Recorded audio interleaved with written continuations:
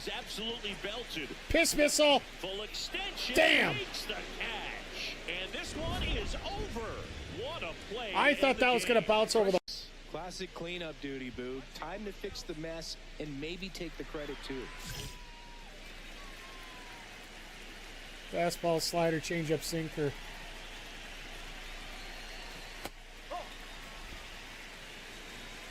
Let's take some odds. Let's try to get some runs in.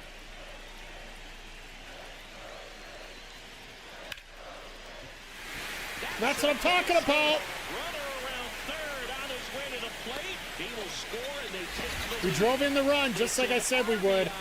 Let's go. Hadouken! That was clutch. You'll often hear the phrase short to it, long through it, and that's a great example of it right there. Got the barrel in the hitting zone early. And that's what we talk about right here. And came away with 9, 2 outs. Twins up 2 guys on. Why did you not bring me in sooner? Like, seriously, why did you not bring me in sooner? I would not allow those 2 people on. Well, I guess you're going to bring me in for... Yeah, it is. And it's not... Oh, this one high. Get going! Get going! Cannonball coming. Swing and a drive. Get up, ball. Get out of here. And God. She only needed one swing to square it up. Not wasting any time in that at bat. Aggressive and it paid off. Let's go. And that is We still got it. What about the dynamic challenge? Pitched a clean inning for the save. Wasn't flawless out there, Boog, but I like what we saw from I got roughed up a little bit, but I still got the... We still left with the lead. Where's my 200 points? Stupid game. Stupid glitch. I'll take my 4 tokens and I'll be happy with it, but... Third. As he grooms one down the middle for me.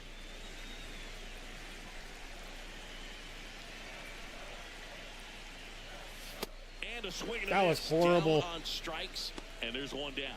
That wasn't even just overmatched awful. on That was fastball horror right awful. there. Pitcher challenges. She thought it was a strike. It just It was. shaved the zone. Screw it. They'll keep Let's both use their these challenges for good, not for evil.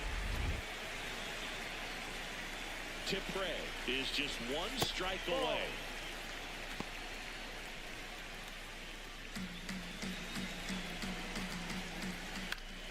Gets a piece and stays alive. Gets a piece there. We'll do it again.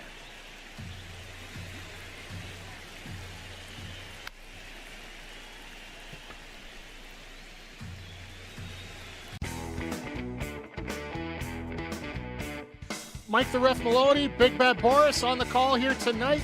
It is Super kick.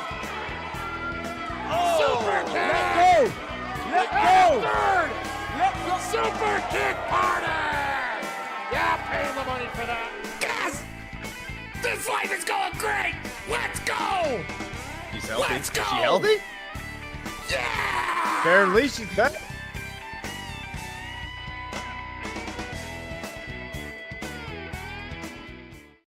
Hey, yo, yo, yo, and away we go. Hello, everybody, and welcome to the Thursday night edition of the Mike the Ref Twitch stream. Once again, always appreciate having you here, whether you're watching over on the old Twitch box, on the YouTube, or watching the VODs. Always appreciate it wherever you are watching the show. Yeah, and I hope everybody had some fun. Hopefully you were around earlier today. We tackled a little MLB The Show, finally made it to the majors, nearly killed a pitcher on my first ever at-bat. And DLW, yes, absolutely, we got a new champion in Darby Allin. And as expected, as we talked about to end off the stream yesterday, I don't know what to make of it long term, and frankly, I'm not going to. It was a great moment that everybody loved.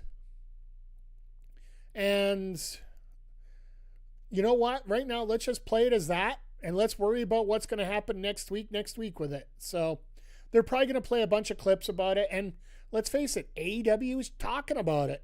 people are talking about AEW right now, and that's what matters, right? So, shout out to Tony Khan for taking a risk and going for it.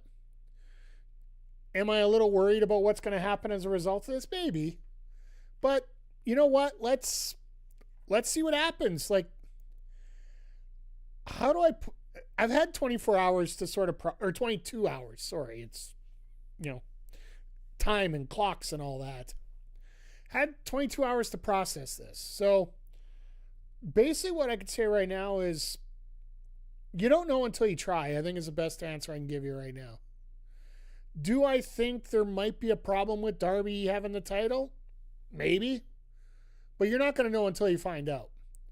And with AEW being as strong as it is right now, I don't have any problem with them trying. Especially when they're heading into one of their bigger videos. Do I expect them to carry the title long term? No, not at all. I expect a Double or Nothing run or sooner. But what do they do between now and then? That's what basically runs it down for me. What are they going to do between now and then? If it ends up being just a straight MJF promo battle back and forth, okay, fine, whatever. I do expect a couple title defenses by Darby. We're looking at probably Ciampa, who's going to make an absolute beautiful match with him. Maybe even a Kevin Knight if you go that far. I don't know if we want to go Kevin Knight quite yet, but hey, Homer, appreciate the toast emoji and appreciate being here. Appreciate everybody being here because, it is a Thursday night. Things are a little bit off, schedule-wise. We'll be back to normal next week, so. IWC saying it's mixed but mostly positive. I've seen polls. And by the way, Zodiac, good to see you here tonight. Keep falling asleep? Hey, Styles, it's Thursday. So I don't know. By the way, good to see everybody here. Everybody just piling in here. Hey, Dub. Hey, Dub. And hey, Lone Star, thank you for popping in here. Everybody's filing in tonight, and I really appreciate everybody being here. Collision's going to be fun tonight. And Zodiac, I've seen polls about this. I try to stay back and watch. I get a little worried when I agree with Bully Ray about it being a good thing. That's basically my biggest problem right now with everything is the fact that, Bully Ray and me never usually agree on anything. But I'm going to sit back. I'm going to enjoy what's going on. And we're going to see what happens here. And of course, you're going to start off Collision with Cope. I'm worried because you agree with JD from the... Yeah, that's exactly it. In DLW, I think the whole thing was great last night. I don't know how the run goes. It was an Eddie, I'm an addict level promo at the Open. And yeah, and that's basically where I'm going with this here. Like, it was a great moment. We all agree it was a great moment. I think we all can say that pretty much. Some of us are... The why, let's put it this way, the what was great. The why and the how is the part that people are a little worried about. And yeah.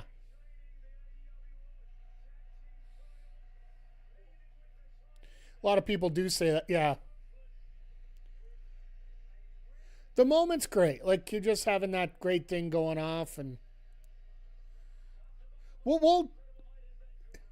it's going to be interesting here to see what Cope's going to do. Like, just changing bases real quick here. Because Cope got the shit beat out of him, let's put it frankly.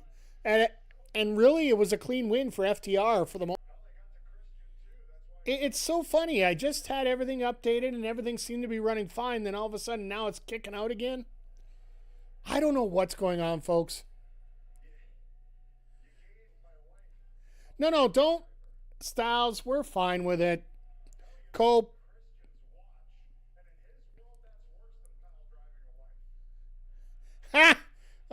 like the joke. Joke about the watch.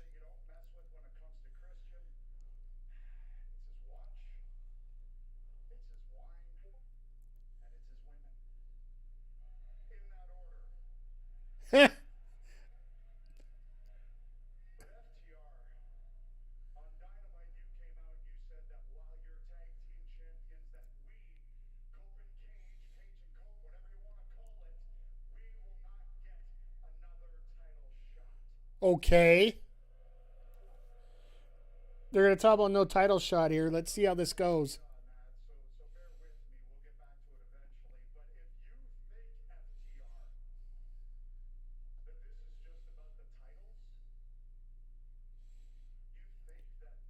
Hey, Michael. Thank you for popping in here. Appreciate you.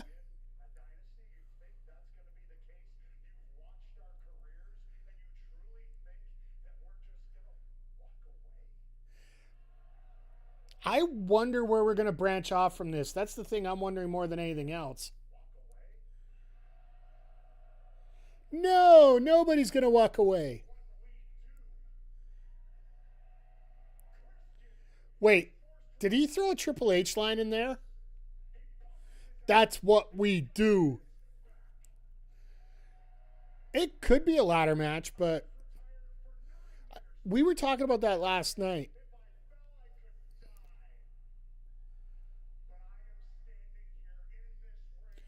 Well,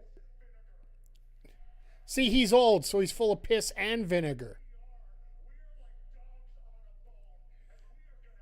What we do is my favorite Triple H-ism. Hey, you know what? I'll give you a coin for that. Oh, and here comes FTR when Christian's not around, right?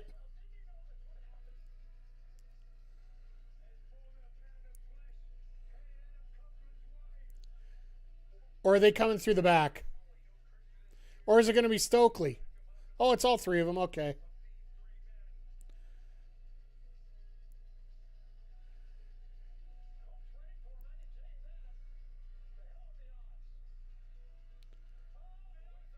Oh, and here comes, oh God, these idiots. Roppongi Vice got to get in there. Hey, Nats, how you doing?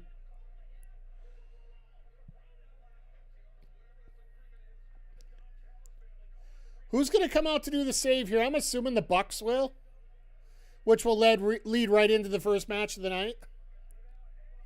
Thank you for the MLB. By the way, oh, here it is. Told you guys. Boom, boom, boom, boom.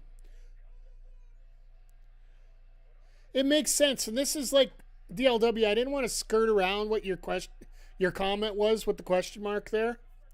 But we were talking about this last night. We think the penultimate match for this is probably going to be the ladder match.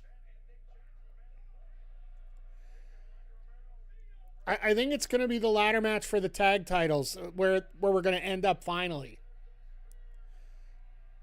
Oh, and Romero's got to eat a spear, which sounds about normal.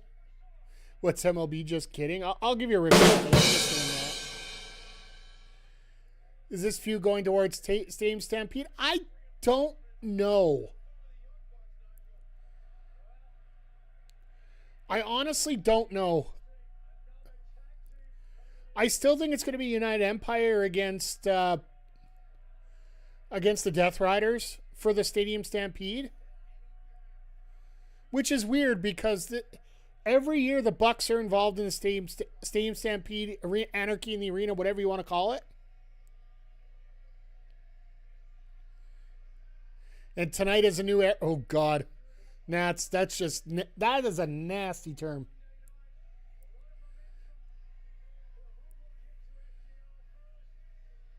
How far in the MLB after I headed up?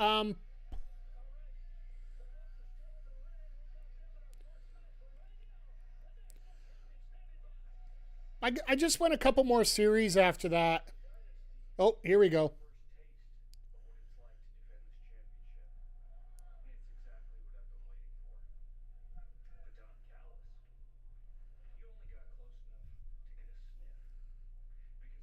That was fun today, yeah.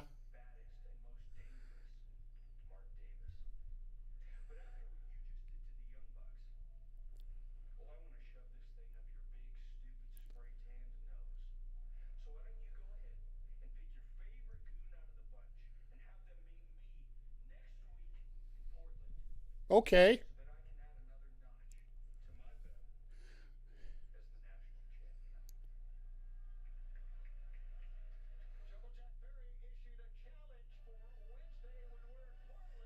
Is it Wednesday or is it Saturday? Because they're doing another double taping next week before they finally get back to normal and doing one every. There'll be live shows starting the week after. So at least you're going to get 4 consistent weeks of live content going into the pay-per-view.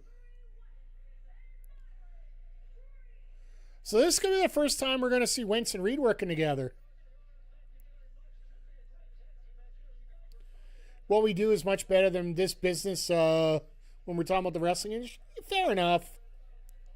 It's just what we do is very open-ended and can cause many problems. Thursday's different. Yeah, I agree. It's a different feel. And yes, we do have Impact going on right now, so we basically have 2 tape shows running against each other.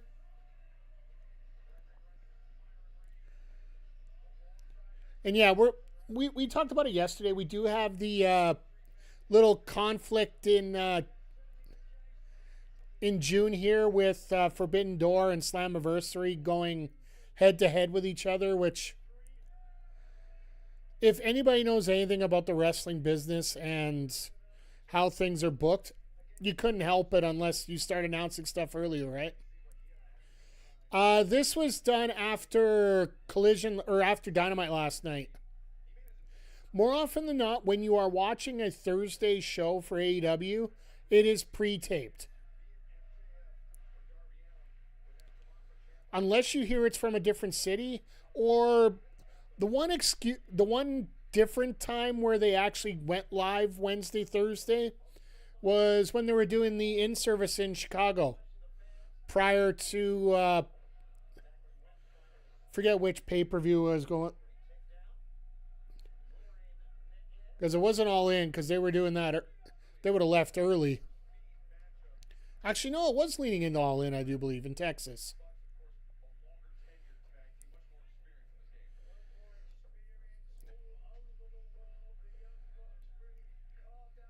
Yeah, because this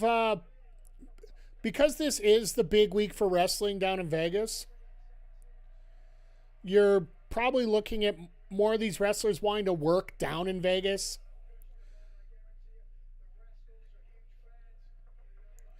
Like, I think one of the biggest matches we hear of going on right now is is Megan Bayne going for Stardom's top title.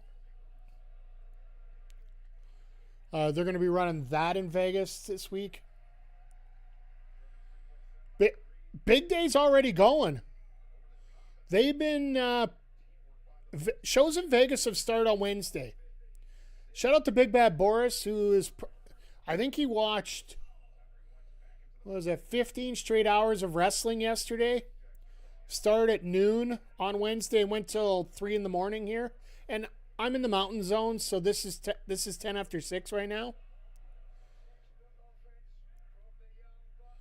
They also would not have wanted Collision to compete with Mania, although if they did, I probably would have watched Collision.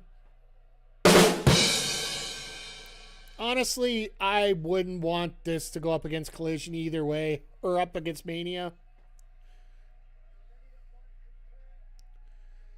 Here's the thing. I don't think Tony Khan really wants to run that sideshow right now.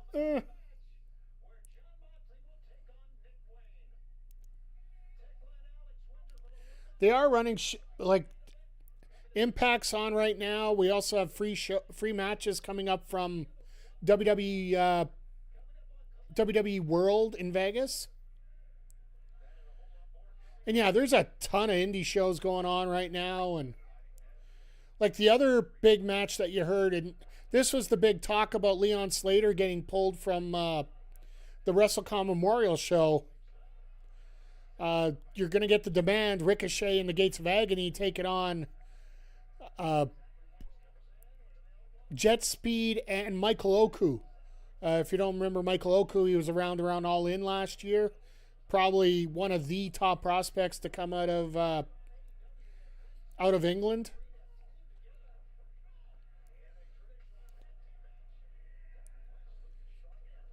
Hasn't officially signed, but I got a feeling he's probably close for the most part.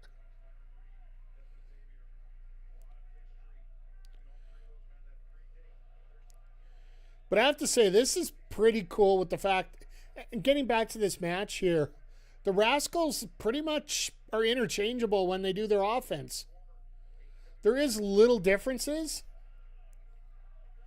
It's not like, best example I can give for a trio that interchanges would be the New Day, and the only difference is when you do the New Day, you know you have a certain set of differences going on. Or you could equate it to the newest DLC in 2K26 and Demolition. They have all 3 members in there, so.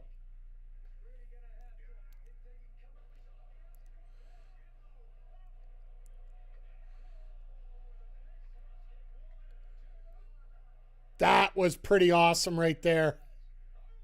Super kick into a German. Like, when you're dealing with those other teams, you're sort of getting the, oh, yeah, of course they're going to go to full commercial. I was just watching CW answering in ECW 2024 show title.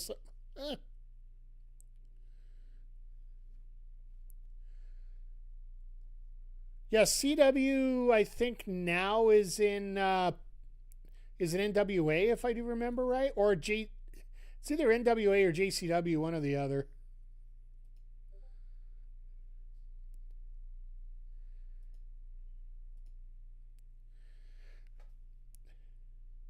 At least they clip it. Yeah, fair enough. But the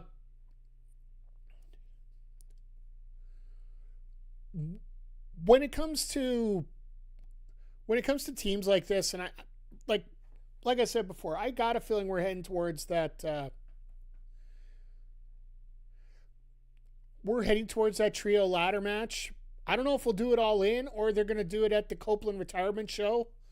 I still feel, and I'm going to scream this from the rooftops, they are going to have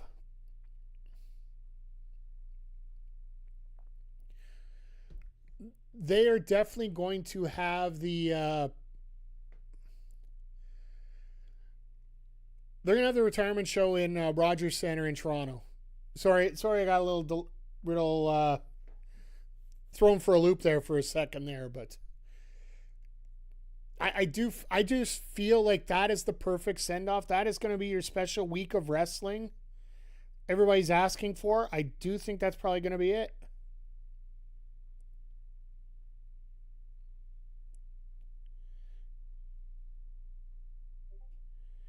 By the way, everybody that's reposted and shared out the socials, thank you very much. If you guys do have X, please go check out my my profile page, Mike the Ref. I do have a poll up there about the upcoming schedule that I'll be doing. Hopefully you guys can help me out, plan exactly which way you want me to run things. Whether you want a story-based game on Thursdays, or do you want it on Sunday nights instead, or vice versa. Trying to figure out exactly what you guys want, because as of right now, it looks like we're moving MLB The Show to Sunday nights.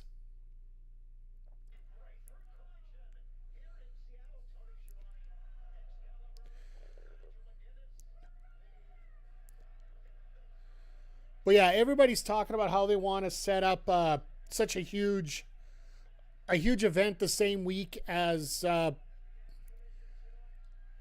AEW, or sorry, as WWE's heading over to Saudi Arabia for WrestleMania. And I'll be honest, I'm really pissed with Nick Khan, even though he is speaking the more often the truth than not. He basically said, it doesn't matter where we put Mania, people are going to go watch. He's not wrong in many ways, but also at the same time, a little bit of humility for your audience might be useful. Nick sucks. Well, for all the work that he's done, he's not wrong. That's basically all I can say. He's not wrong. I hate the fact that he's not wrong, but he's not wrong. Just because you're a self-centered prick doesn't mean that you're always going to lose. Talk about MJF in that case, remember?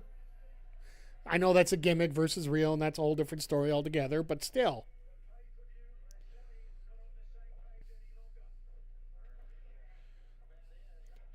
But yeah, I love the fact that the Rascals are getting all these great tag team matches.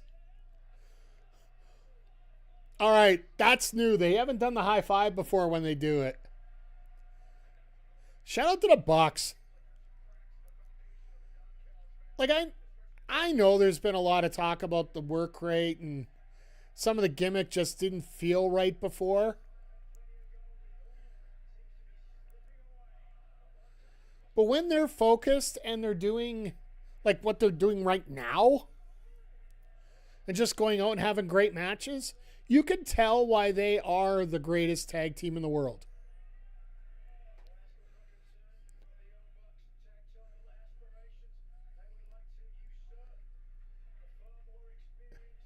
And the fact that they're coming off that big victory over Okada and Takeshita, which told a hell of a great story without even have to really be involved in the story itself. Even though there was a story that a lot of people didn't even talk about in that one. Because the main reason that match happened is because the Bucks took, what was it, $400,000 of Don Callis' money? Or was that the $1 million match? It was another one of these Tony Khan specials. We don't have anything to book, so we're going to put money on the line. And it basically morphed into the Broke Buck storyline. Oh, and Chad, I do have to ask you, is my voice clipping at all for you guys? Like, I know I've been having a problem lately with that, and I've been playing with a few of the filters that Elgato's had for it to hopefully clean it up a little bit. All right, Myron, I see you. Jesus.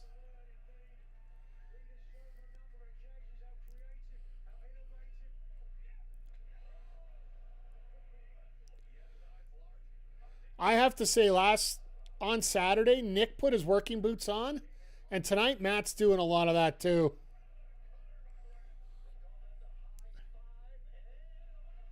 And that would be a high 10, wouldn't it? If the one in the ring is high 5. Massive risk is to say the least here.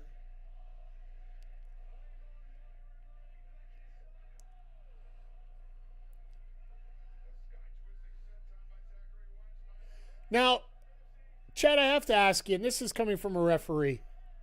Is that legal when you're standing on the top rope and you make the tag?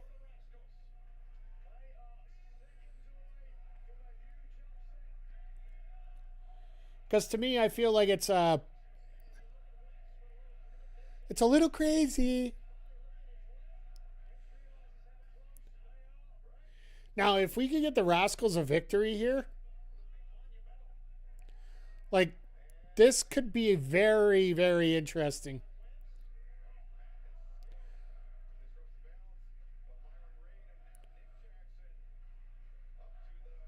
Oh my God. Like I was saying, Nick was putting his working boots on. If Rick Knox is a referee, the rules are just suggestions. They're not even suggestions. They're just nuisances.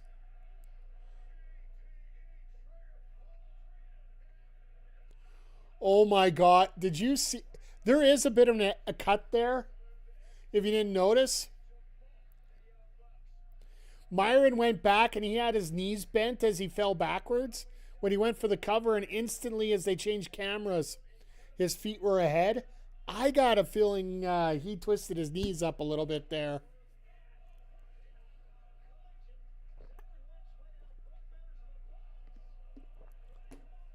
Go over that sky twister. That was not good. Oh, block.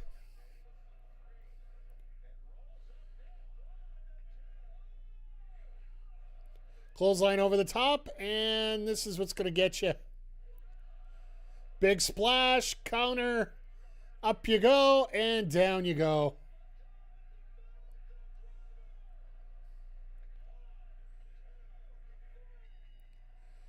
Like I said, one of the best teams in the world.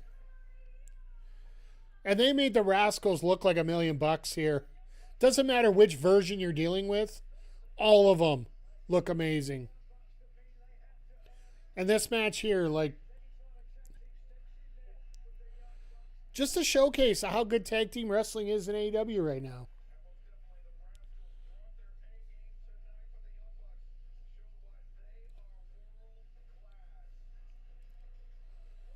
Oh, and look who's here. They made them look like $2. I'll give you that. So, this makes sense. Sorry, I'm just jumping gears here right now. This feud makes sense if we got Gabe Kidd that's not going to be able to be around for a while.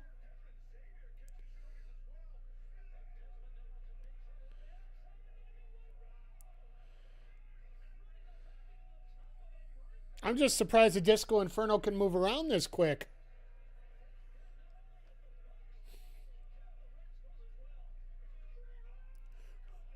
Oh my God, Reed took that like a champ right there. Right into the barricade on that spear.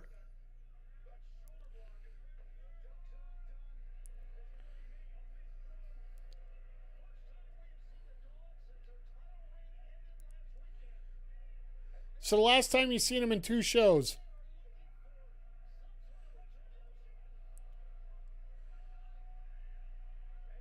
So I guess if, like I said, if Gabe Kidd's not going to be around for a little while, you got to do something with them, right?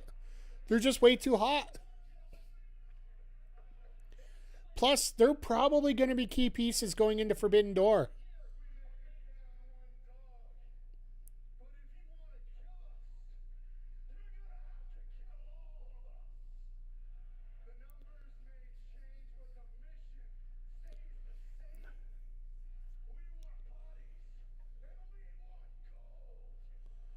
All right, FTR, your problem here.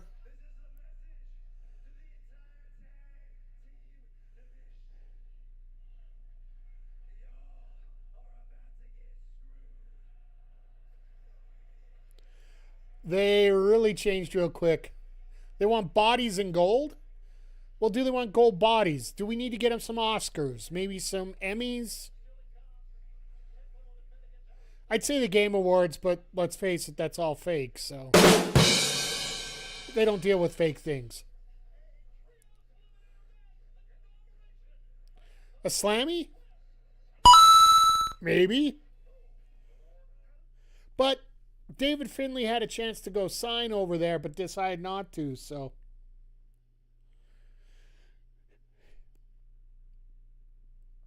So, did you hear, you guys hear the notice that TK put some, in the Vegas airport, TK actually got, you know those advertisements you put over the luggage carousels?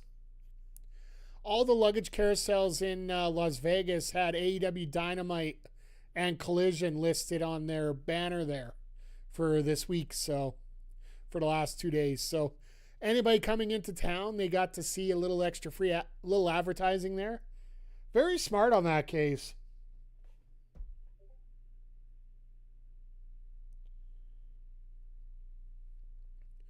But I'm glad that we're getting a little bit of variance here as we're going forward. And here's the other part about this that I'm really enjoying. Yes, we have FTR and Cope and Christian and the Bucks. And now we have the Rascals and the Dogs in there. Can anybody say for any certainty what we're doing at Double or Nothing with this? We all have thoughts. We all have ideas that it might get close. But we really don't know what's happening. And to me, that excites me a little bit. For the fact that, you know, we're the week out of the pay-per-view. And while they haven't started going in a direction completely yet, they're at least putting some notions out here that we could go 5 different ways on stuff. Wait, hold on here. Mr. Iceman, I'm a little concerned about your statement here. Hello, friends and Mike. I'm not your friend.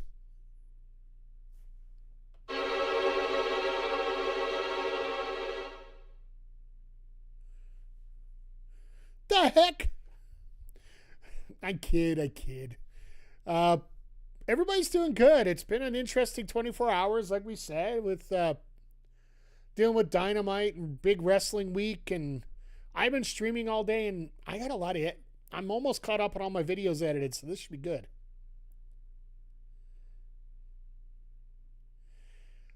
And the gross weather, I was actually barbecuing outside today. So to me, it's still good. And tomorrow, it's supposed to go up 10 degrees. We're at 0 right now, and we're supposed to hit 6 tomorrow and 14 by the weekend. So personally, I wouldn't mind it being yucky for the fact that I run car washes, and the yuckier it is, the less chance people come in right away. But what am I getting the AES Plus?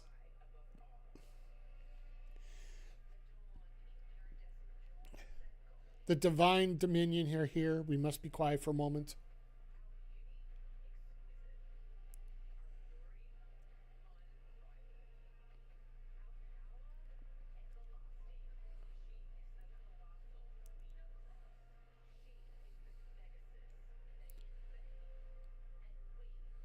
I love this promo. But I'll...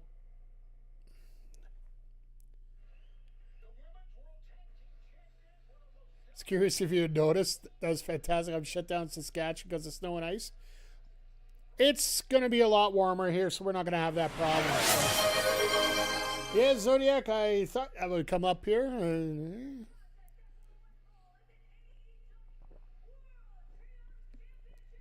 They got matching backpacks now. This is hilarious. Roddy wants to wear the title while no one else is. Still, refs are food, not friends. That's fair. That's fair. But let me back this up here a little bit. Zodiac mentioned a comment here. He was referring to an AES Plus. If you guys didn't hear the big announcement today from Neo Geo, the Neo Geo is coming back. They are releasing a new console in June here.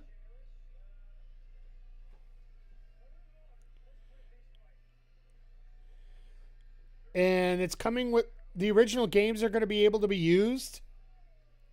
It's launching in November, so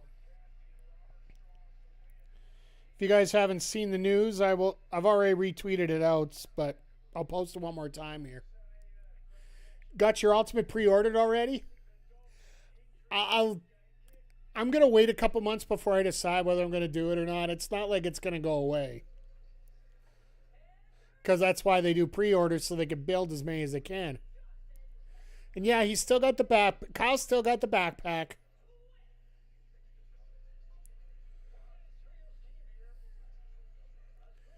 So now we got one of the top ROH trios right now.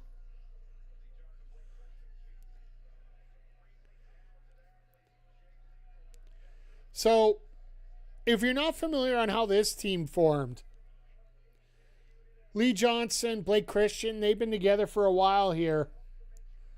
And there was a feud with Lethal and Jarrett versus the Twist, as they call it. And Lethal just turned on Jarrett, which basically took Jarrett off the TV screens permanently for right now.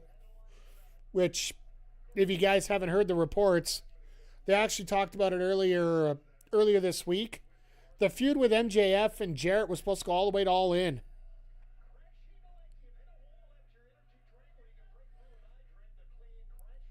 With games being $90 per alone and the Ultimate being $1,000, it's way too much of a value proposition. It was on an ROH episode months ago. Like, that whole faction basically imploded after the whole... remember that Double or Nothing time when Hangman beat Jarrett when he was trying to go for that last run. Right after that, it went into Ring of Honor, and then it just imploded from there. Because basically Jarrett wanted to slow down and program things, while Lethal actually wanted to get in the ring and actually do something.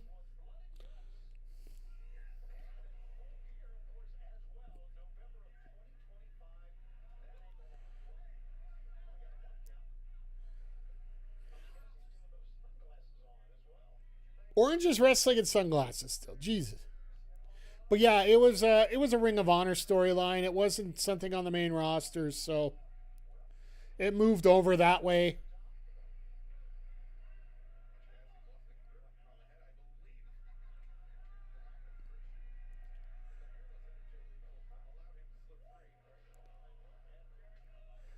Well, Roderick just decided, yeah, no, we're bringing somebody in the ring.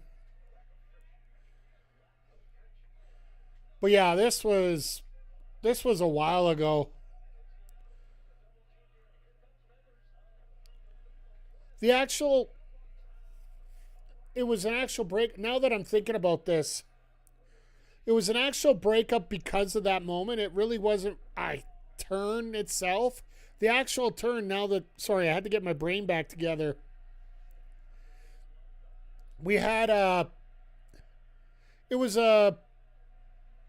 a tag match with Tommy Billington and Adam Priest. That's what it was. And Lethal was in the corner because that's why he wanted to get more action. He wanted to get involved more. So he took those two guys under his wing. That was right after the Philadelphia in-service last summer. And that's when you finally got that turn, right? So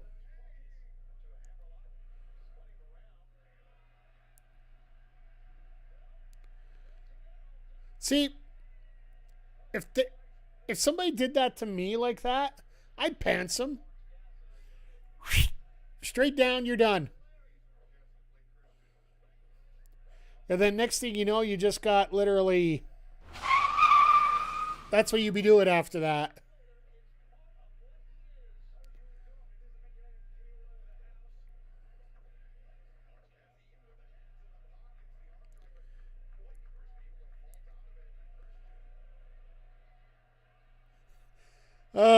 Good old Christian telling him he's number one.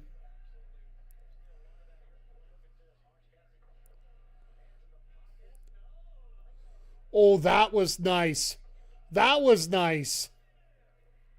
Let's hit a little Y, then a little Y.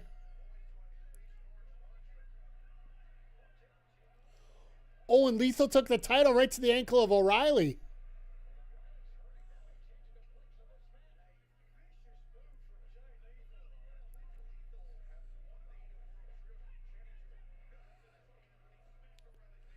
All right, now they're 3-on-2, which actually works out. Oh, God.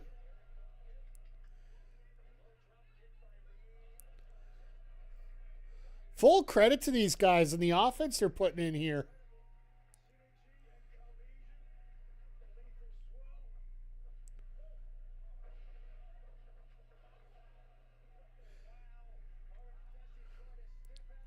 These guys definitely know how to work together here.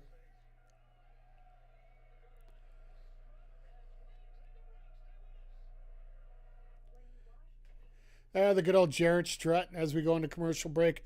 For those watching in the States, we don't get the picture-in-picture up here in Canada. We actually get a full commercial break, so forgive me if stuff's going on in the ring that I don't talk about as we go here. So, but yeah, the biggest thing you can take away from anything that's happening right now is the fact that there are different people getting involved. And that's the key thing we've always talked about. You know, you always don't want to have the same 2 or 3 people at the top.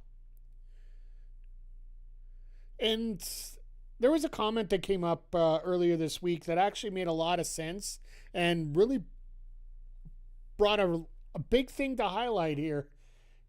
And it also makes you feel that maybe TK does a little bit of an FU to WWE more than we think. In a recent interview, Triple H had... he was talking about how they have 4 pillars right now with we don't have another Cody, we don't have another CM Punk, we don't have another Roman, we don't have another Randy. And with John leaving, they just got those 4. Little ironic that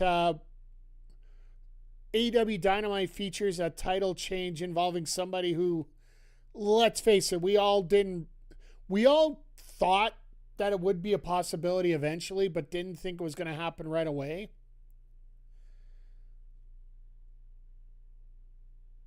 Way to tell on yourself. Yeah, well, that's what they've been doing all week. Between McAfee and Triple H and Nick Khan. Like, they've really been...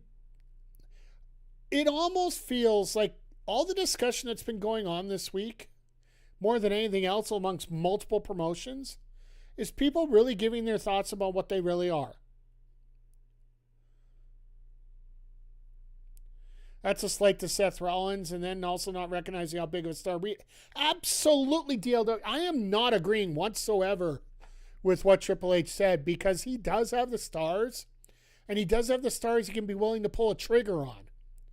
For Pete's sake, 40 minutes ago, Liv Morgan was released in Fortnite. Segue, Saturday after Mania. Join me on this channel. We'll talk Mania while I pew some people with Liv Morgan.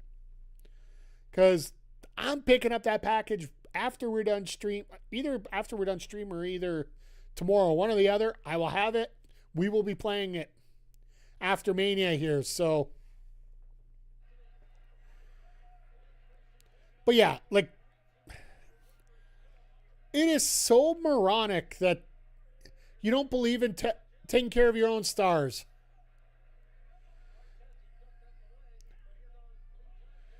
And you know what? As much as you hate a lot of TK's talk, he is always talking up additional wrestlers. Oh, for 5 cents. Orange just smacks off Christian there and just walks over the corner for the hot tag.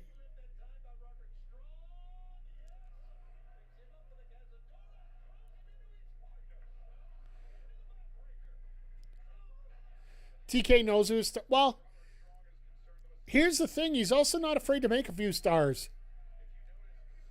Like, you got to admit, he worked really hard to try to get Hook over.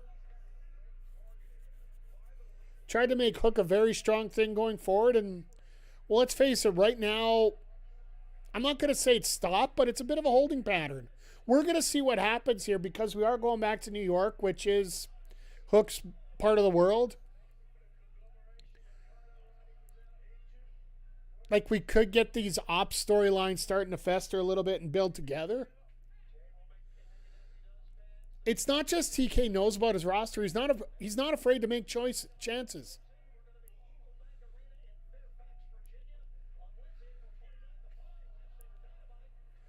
So,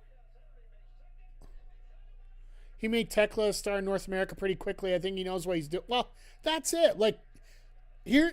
It's not just the fact that he made Thekla a star. He wasn't afraid to let her run. And she was around for a little bit before she got it. Because he needed to figure out exactly... Wrestlers need to figure out who they are before they really get centered into what they're doing, right? You want to get it, the best example of that in AEW? Can anybody guess who ultimately needed to take some time to find themselves before making themselves an absolute amazing star? There is one example in AEW that probably I would say would be the best example of it. Anybody in the chat know? Give you a sec here. As a Lethal Twist is going absolutely freaking nuts right now.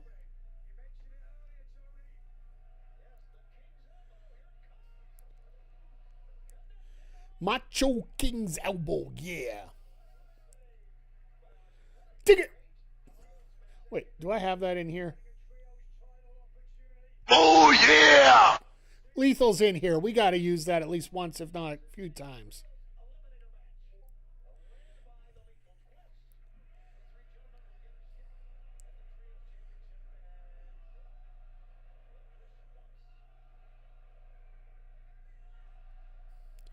Someone else doing the lethal combination and a lethal match is break. Hey, there's a thing called steal a move, right?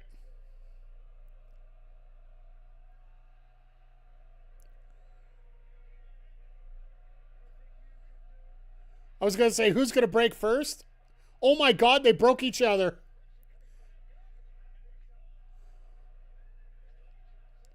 My God, look at these two. Like, you want to talk about a team making another team right now?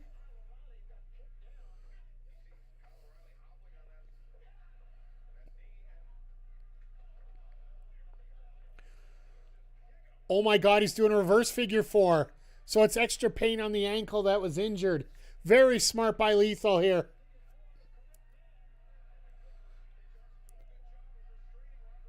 Oh God, Roddy just said, screw you. You ain't gonna do that. You're gonna have a power bomb. Gonna harass Walker a bit for a bit. Hey, you know what, Iceman? I appreciate you. Say hi to Walker for me. I know he's doing a little Mario Party challenge again. Swirl's really close to break. Absolutely.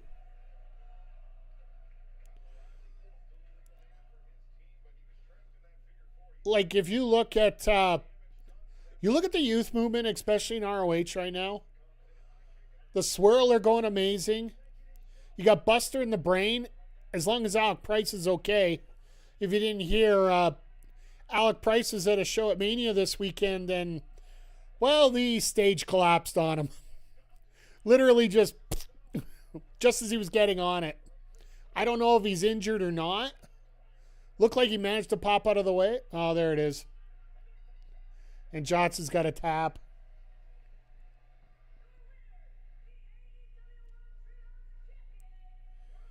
Hell of a match here. By the way, folks, if I'm going back to it, as I was asking earlier, the person that I was talking about referring to find their character, Toni Storm. Like, she really didn't know who her character was until she got to AEW, got a little bit of time to figure herself out, and then became the biggest star.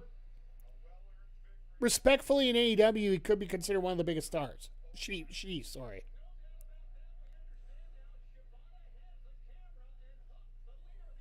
Oh, speaking of Hook and Shibata, let's go.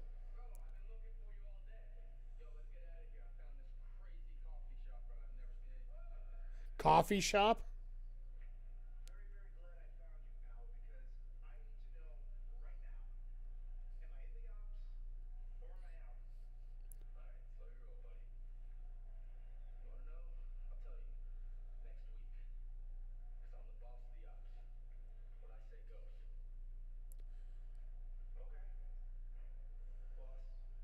They're going to hold this out one more week, which means we're probably going to get a debut of somebody else next week in the Ops. Can I make a weird call, folks? Statlander's got another entrance. Hook is who now? He is now taking the Samoa Joe role. Because Samoa Joe's obviously out. I don't know how Statlander ended up getting Rush's entrance, but we'll go with it.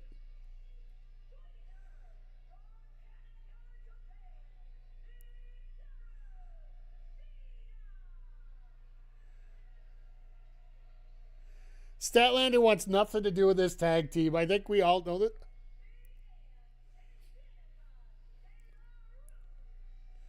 All right, so a little bit of research, and I guess I got to get caught up on my Canadian indies. The NEW out of Vancouver, Big Ann is the women's champion there. So I got to catch up on my Vancouver wrestling here a little bit. And I know Danica, her partner here, does a lot of work in West Coast Pro, I do believe.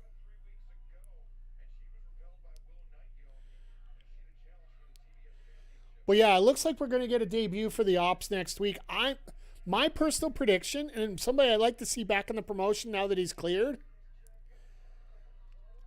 it's an old nemesis of Hook, partner / nemesis that nobody has seen for a freaking long time. Does anybody remember the name Brian Cage?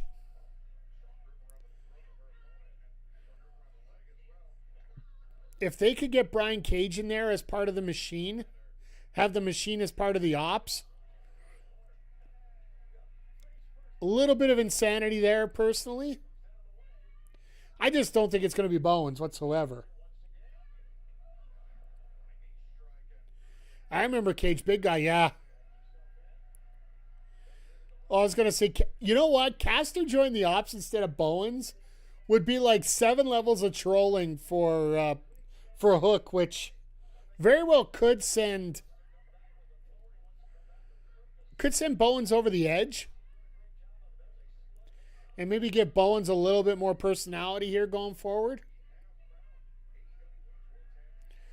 Like, let's face it, Bowens needs to... Like, Bowens has got the ability up the wazoo.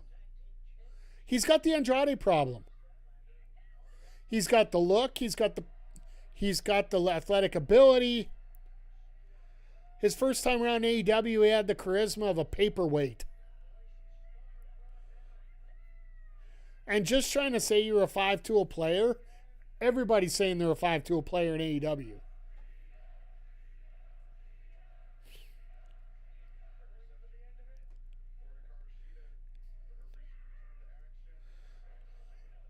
So we're going to have to get to a point where Statlander's going to steal a hot tag here.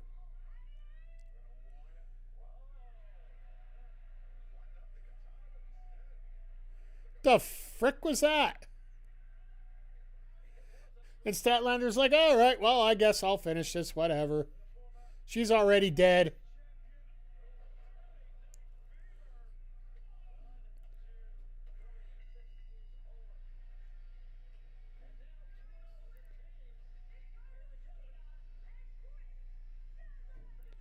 All right. Sheeta's going to turn on Stat. I got a feeling we got to know that's coming.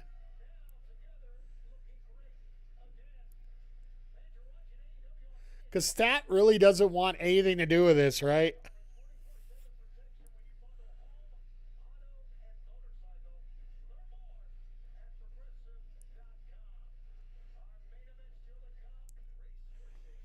They didn't even wait to go to commercial on us, so they shouldn't have split the Acclaim. Something about the split didn't take properly.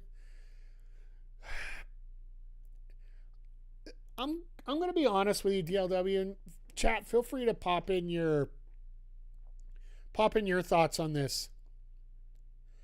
How close do you think Mass Caster was for getting released for a lot of his tutelage during his raps? I think he was within a hair of being a WBD release. Not an AEW release, but a WBD release. Like a Jay Briscoe, Trey Miguel kind of release kind of thing. Because some of those raps that he had in there were just skirting what is that phrase? Traveling too close to the sun?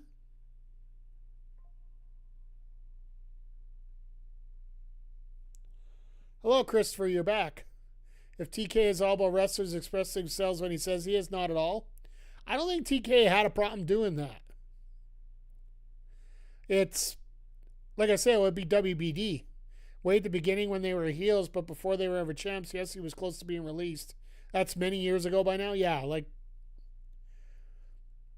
I got a weird feeling that TK had a strong feeling that WBD was on his case about it.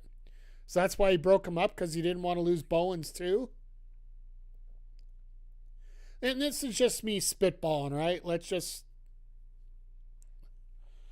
go straight with that here.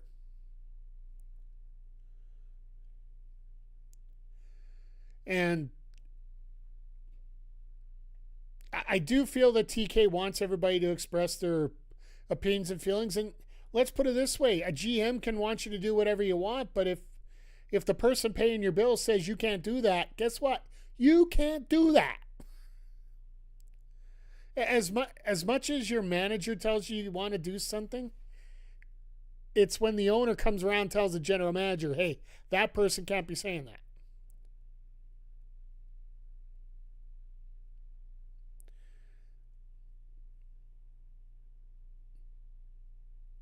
All right, Christopher, that's okay.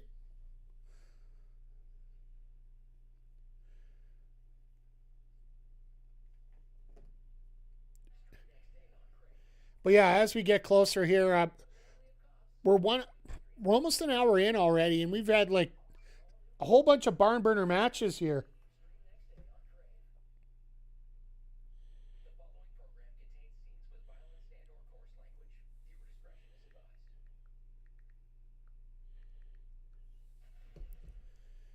Sorry, we're back already. Okay, so what? This would be Mox and Nick Wayne finally getting his return to TV.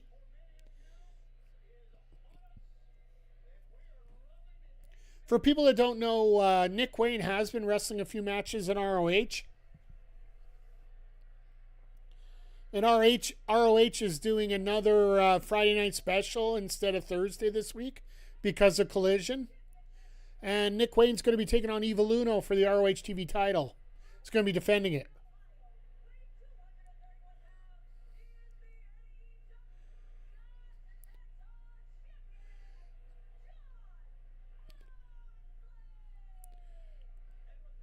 And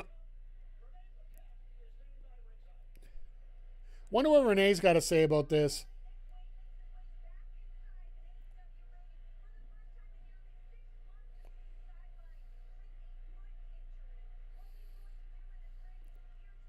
By the way, also shout out to Renee, who literally within 15 minutes switches outfits for these shows. So she's trying to keep a little bit of consistency instead of wearing the same stuff for both shows.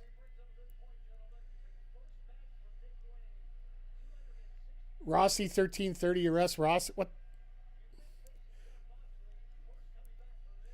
In Edmonton, they would have ripped that sign up.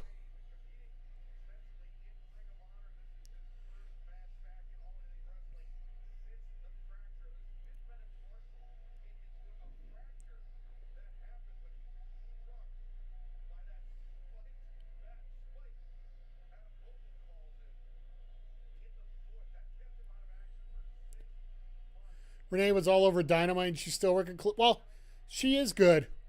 And the fact that, well, she basically covers, well, here's the big problem, I do believe.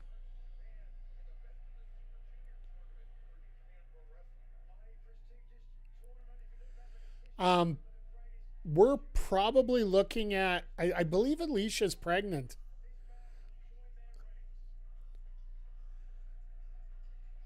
I think they were mentioning something about that earlier, but nobody's going to admit it because, well, it's MJF, right?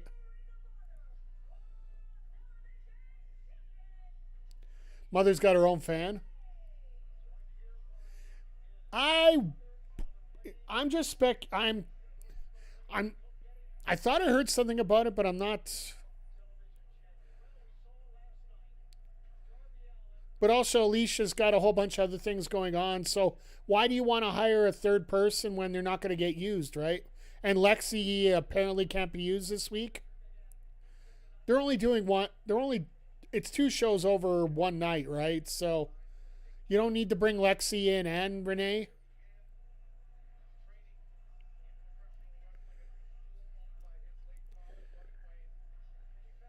So Nick Wayne's supposed to be a heel, but he's face at home. Does Marvez still work with AEW? I think he works backstage only.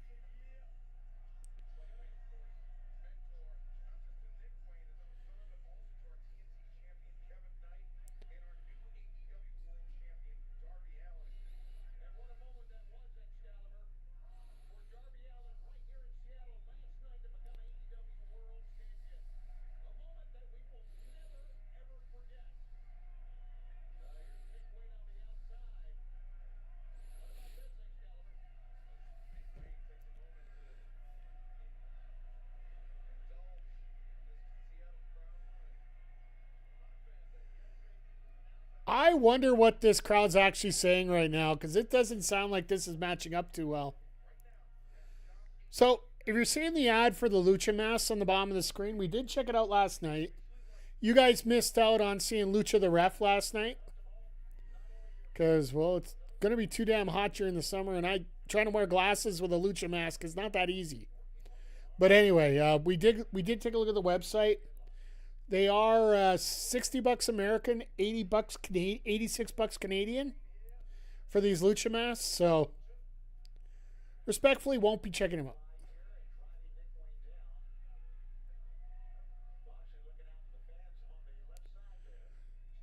Appreciate you, Christopher.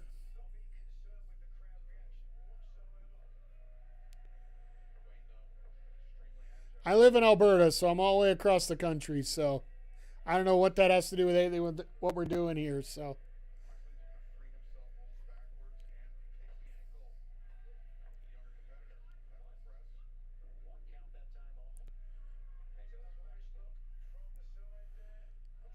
But yeah, this is going to be a match where they're going to try and make Nick Wayne look as good as possible here. And once again, this is the night where they're trying to make new stars look good.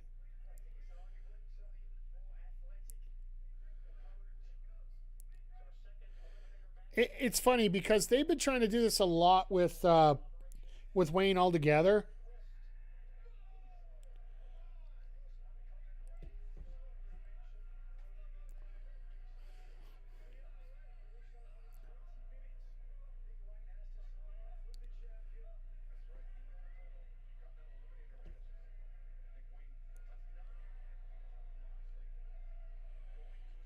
Oh, goody, we got extra inch.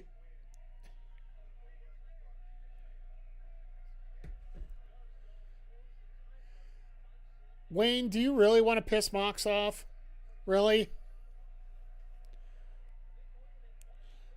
This might not be as convincing of a position as we've seen the other matches, so.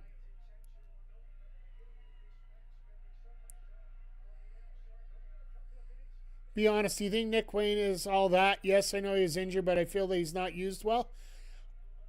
I think it's a lot of stop-start with him, right? Because the biggest feud he had, the biggest potential he had for something.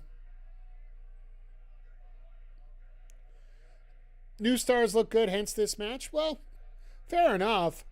I personally feel that Nick's been just a bad... It's not that he's a bad wrestler. He's just been a guy of circumstance right now.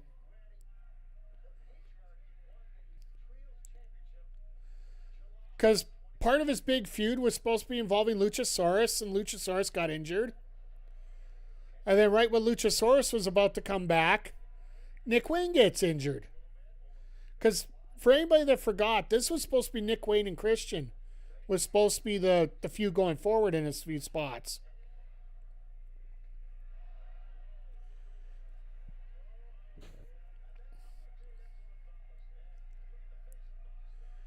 And to me, I think they need to define what Nick Wayne's going to be. Because right now, 90% of what he's being defined as is essentially a hotshot kid with a hot mom. Let's just call a spade a spade. That's what he is right now. That's why Mox said what he said. That's what a lot of people are saying right now.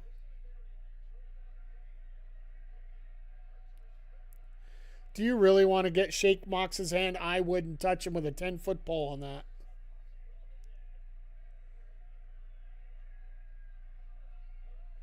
Yeah.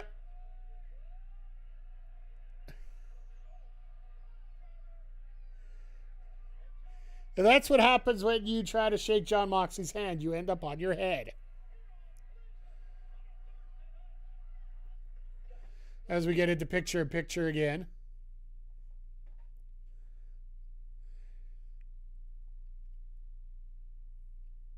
Like, once again, it's all about defining your own role about where you're going to be.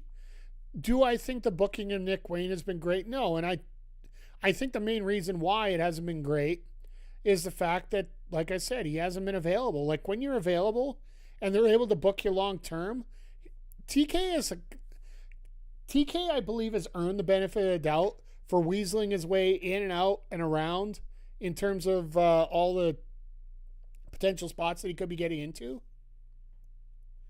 And getting characters into the right spots and getting the right matches put over.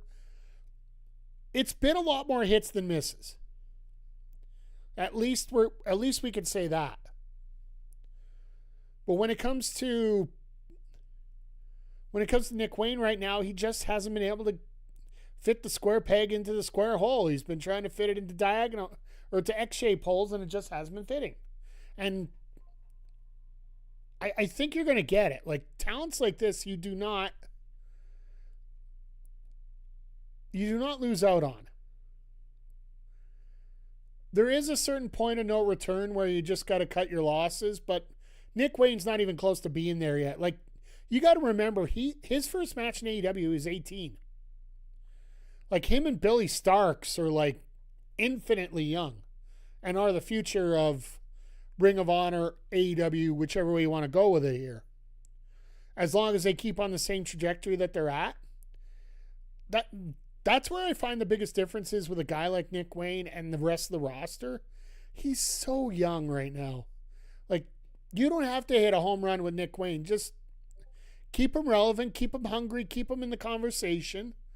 Even if it's a tiny part of the conversation, at least make him be there. And a match like this will do that, even though it is at home.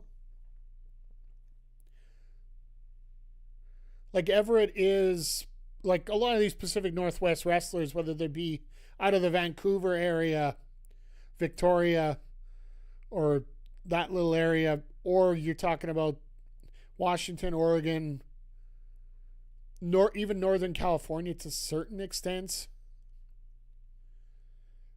you're probably looking at this and saying, this is going to be like a home thing for you.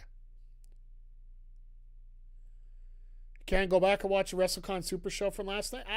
I'll see. Like, tomorrow night I can't stream because I'm working a 32-hour shift.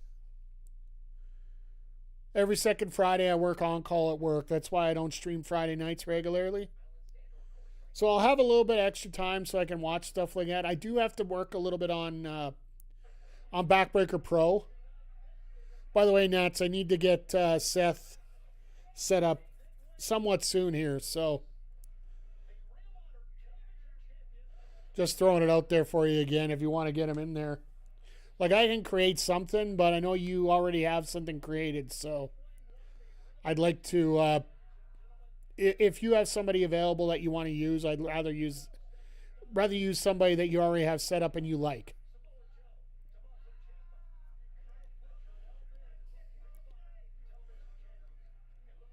Oh, and before I forget, right after this match, I will announce that, like, no big deal. Like, I need something by Monday. Let's put it that way. Because I need to get those tag titles on you.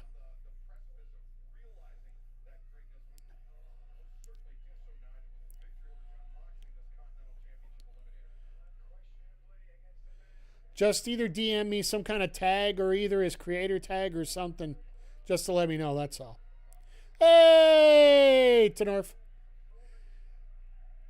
I'm doing okay. We've had a really good stream yesterday. We had a great one. We're having a great one right now watching AEW Collision. Excited for WrestleMania? I'll admit I'm not over the moon about it, but yeah, it'll be a good card. Like it. All right, we got 10 minutes left here. So, in terms of the Mania card, I'm not like I'm watching it. Let's not mince words here. I'm going to be watching it. I have Netflix, so it's easy for me. When you're in Canada, you can watch it all on Netflix, and there's no first hour here, other hours somewhere else. But if I didn't have the subscription service I needed for it, I might not even watch it, to be honest, this year. But half the matches I could see really being... Like, I think all the matches will be good, don't get me wrong. But there isn't really a whole ton that are telling me I need to be here to see this. Okay, Nats, I just got your message. I'll more than likely to be tomorrow night. So that I'll be going through it because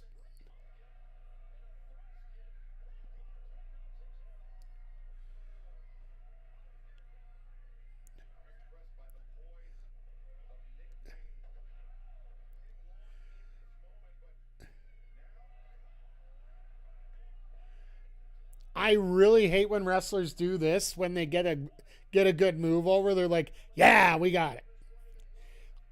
I am looking forward to the Stephanie and Liv match. I got a feeling Liv's going to win it just because of the extra publicity she's been getting. Punk and Reigns, I don't know. They already spoiled the Cody and Randy match because they threw in the stupidest stipulation in the world that I absolutely can't stand.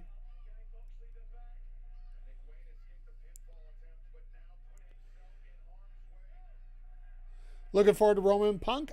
It's going to be a good match. Like, out of the I think it's 14 matches total, 10 or 14, somewhere in there. I expect at least 10 of them to be barn burners.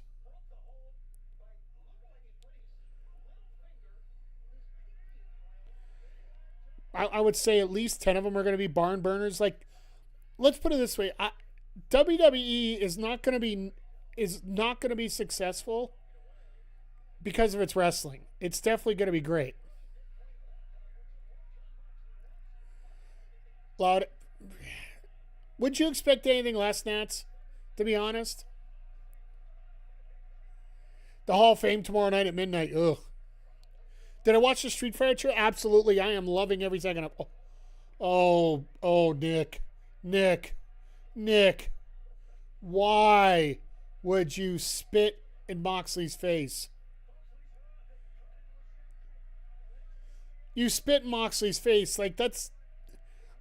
I don't want to say the single dumbest thing you could do, but the single dumbest thing you could do. But yeah, the Street Fighter movie, I am looking forward to both the Mortal Kombat and the Street Fighter movies coming out. They both hit the genre that they're supposed to hit. I love the fact that Street Fighter is still doing the 1993 motif with it. He's trying to go for Wayne's World and he's dead.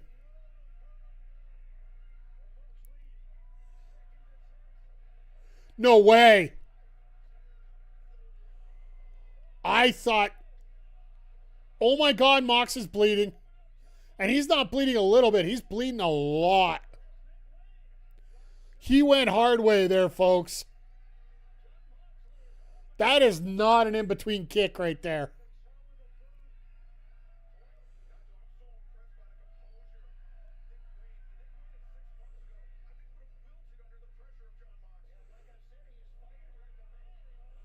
Well, there's the Bulldog. Yeah, this is over now. You made me bleed my own blood. Nick's going out. He's out. He's going out. Did you get snowed on the last 2 days like up here in Calgary?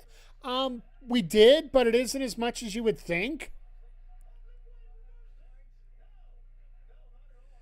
Nick tried to reverse it. Mox was not giving it up.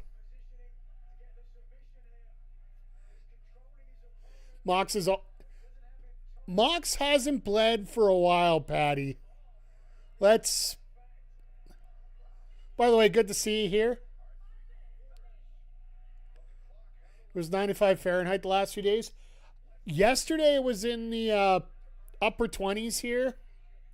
It's supposed to be in the 70s coming up. Hey, Jeffrey. Spring break has been awesome. Interesting to see who holds the title into All In and All. Absolutely. Thought I got a foot under the rope. It was a break. Maybe. But it don't matter now. I think the ref was too concerned looking at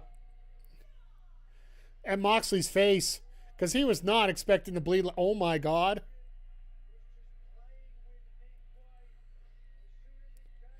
No, Jeff, I'll give you this. This whole 2 days has been great. It's had a lot of people talking. you might not like some of the booking, and we've talked about some things that have been good, some things bad, some things otherwise. But as far as I'm concerned, the actual quality of the show, absolutely freaking great.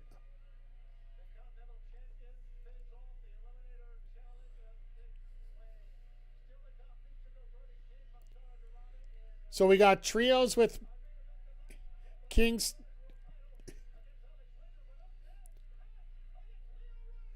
Oh, God, Pac and Leo Rush. Yeah, we got some murder about to happen here, folks. Oh, we got a lot of murder about to happen here. Depends how much Leo decides to freak out Pac here in this case. But, yeah, while we got a quick break here, we're going to get into a little bit more thorough later. But I did promise you guys, just a reminder, next week, after Mania is all done up here, we're going to be doing Backbreaker Pro Evolution and Backbreaker Pro Madness. Evolution's going to be after AEW Dynamite, and Madness will be after AEW Collision. I'm assuming next week is going to be at the regular time for Collision. If it isn't, we're still going to run the Saturday. So we'll figure it out. I will clarify. I'll get to your comment here one quick sec, Jeff. But we did announce, and I don't have the graphic ready because I'm on this one. Wednesday's main event is going to be a 6-person tag with Hoju, a.k.a. Adam Blank, teaming up with the Pop Spot Monsters, Andre C. and AWS, taking on the Blue Shell Battle Club of Fanboy Brian, Ophelia Payne, and the BPW World Champion Walker Pipe Guy. That is going to be our main event for Wednesday. Saturday, we are going to have a tag team main event for Madness. It is going to be the self-proclaimed number one contenders for the tag team titles, the Retro Balls, Zodiac, and MCG, taking on PJC and his long-lost tag team partner, Rick Jules, the Dad Bod Squad. If you are a local wrestling fan, you know all about Monster Pro Wrestling, and you know all about the Dad Bod Squad because they had worked together for years. And they will be main eventing our show next Saturday. They're reuniting here on Backbreaker Pro. Make sure you stop by on Twitch after Collision and Dynamite, and we will we'll have a great time watching some WWE 2K26 wrestling here. So our little E-Fed was really good in season 1. If you want to know, check it out on YouTube on our gaming channel, Backbreaker_gaming. And yeah, season 2 is going to be absolutely popping here. So, but yeah, let's get back to your questions here. Do you think we get Mox versus Claudio at All In? I don't know if they're thinking that far ahead yet. I wouldn't mind having that. And we've been talking about that Mox Claudio feud that we have to see get together a little bit. Oh, Lexi is here tonight. Okay. I stand corrected about the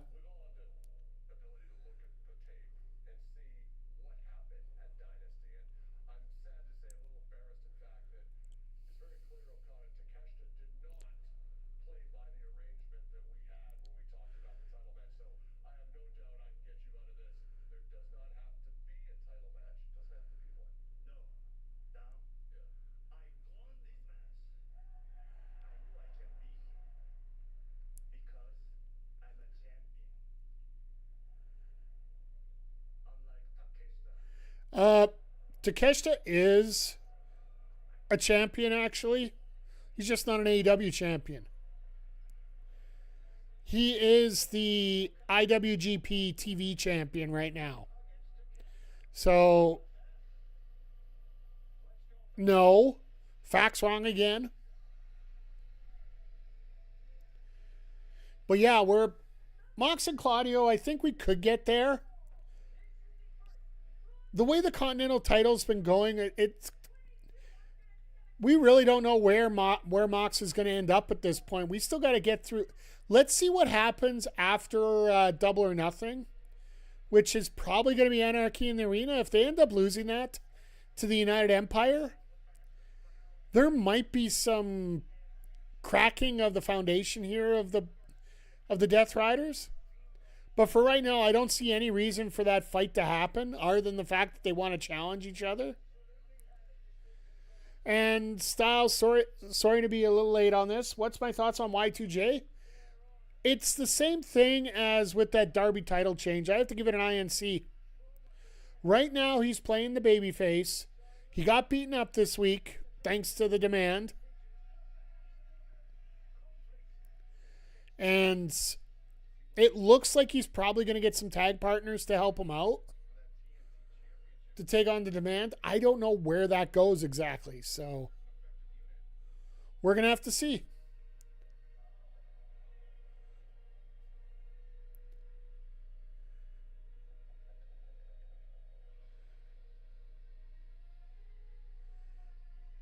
This is such a freaking weird gimmick.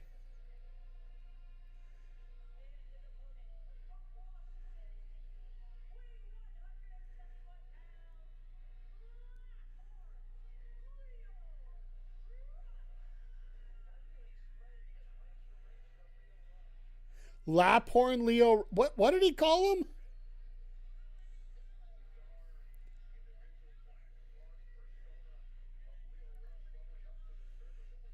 Like, this is weird. Blackheart.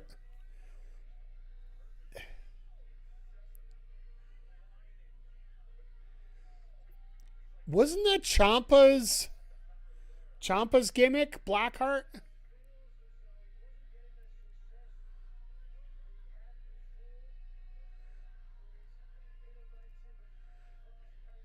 I have to say, it definitely has a little bit, like the Lord of the Ring thing. You know what? I'll give him credit. Let's give him credit. It's different. Sometimes different isn't good. Different isn't, well, sometimes different's good. Sometimes it's bad. It's been interesting. It's brought people up, but here's the problem. It got him on TV every week. Absolutely.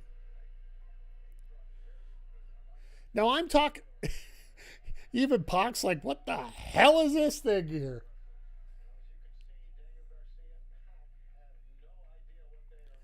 And Pac's like, yeah, I got nothing. Now I'm going to speak totally in kayfabe here. I'm not talking about, paychecks or whatever.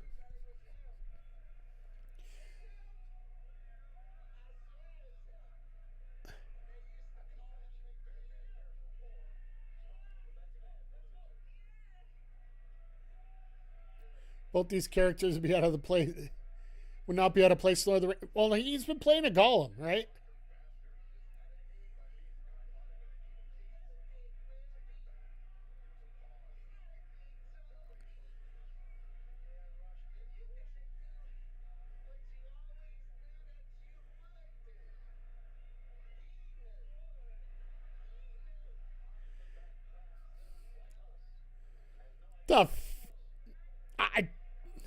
You know what, kayfabe wise, I don't know if this is good or bad.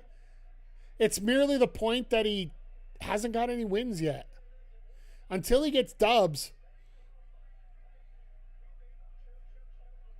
this score could be, or this game could be great. This character could be great. This character could be evil. This character could be completely nuts. And let's face it, that's what Leo is right now. He is completely nuts.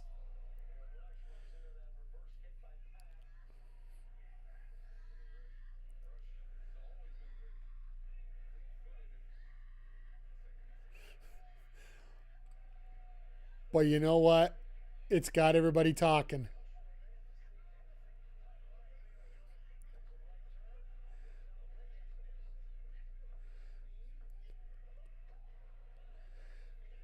But there is a bit of a mother's milk.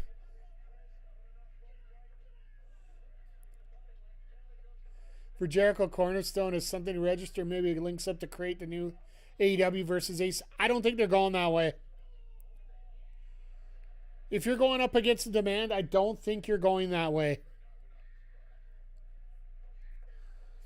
I don't think Aces and Eights is where you, or a faction like that rebelling against the company.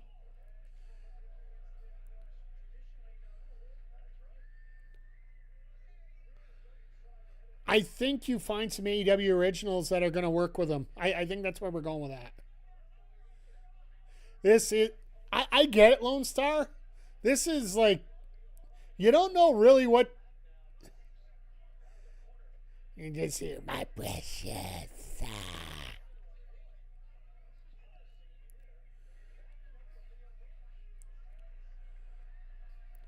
Like, to me, I really don't know where we.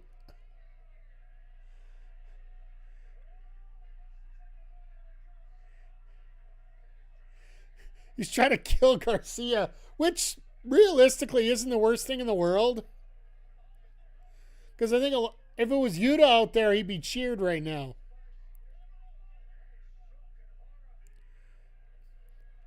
Honestly, you have Wheeler out there and he's getting choked out by this guy. I think you're going to be a little bit impressed.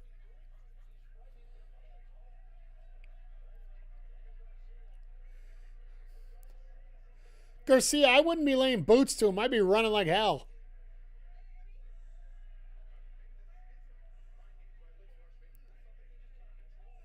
I got a feeling this ain't going to last that much longer, really. Because that trios match shouldn't be... I would assume the women's match probably gets at least 15, 20. And I don't see them running over time. Because frankly, tonight, do you really need to?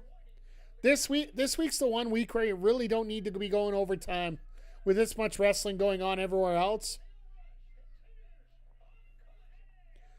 As we're going into commercial break here.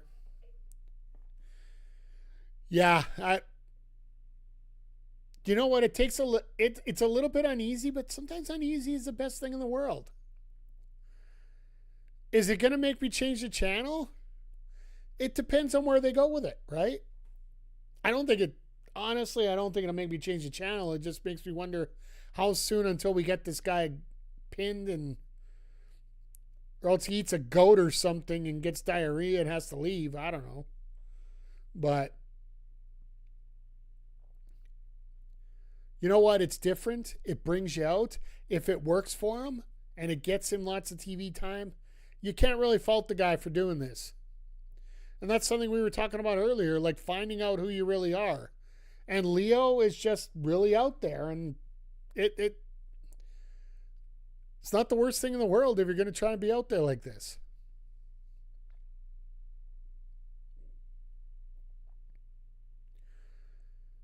I also think this is one of those, it's so weird, I have no idea what to think. I don't think I hate it anymore. I'm not saying I'm with it either. Like, it's one of those, every new gimmick, if no matter how strange or how great or how whatever position it is, every gimmick has a limit to the new car smell. I think it'd be the best way to explain it. It's so different that you really don't know what to make of it, but you're intrigued to watch. Eventually that's going to run out, and you gotta advance it somehow. Leo quite hasn't got there yet. But it's a little bit of, okay, well, this is going on. I wonder what's going to happen out of this.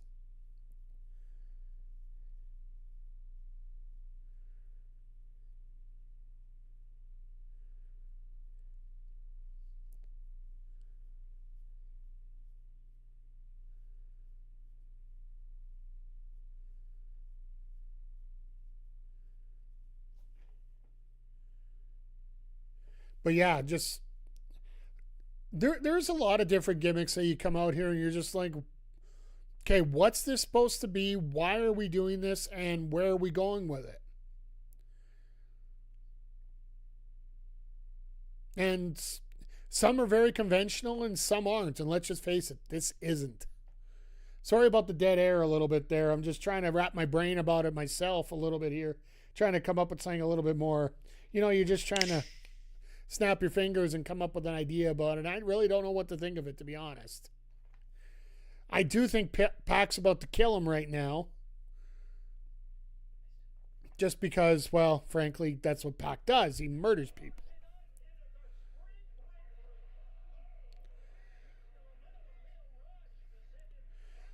But think of it this way, folks. What would you rather have? Would you rather be a golem? Or would you rather be a guy that talks about Bobby Lashley's ass all the time? Because I know what position I'd rather be in. With all due respect, it's not wanting to talk about Bobby Lashley's ass.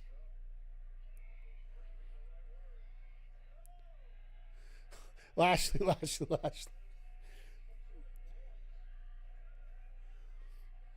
As long as he's not clasping an... Oh, God.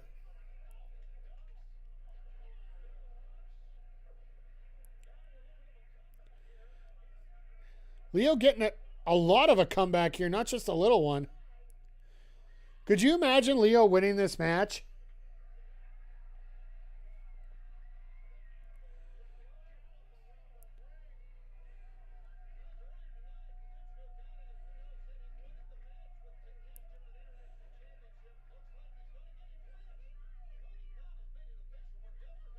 Okay, yeah, I was gonna say we're not doing this next week.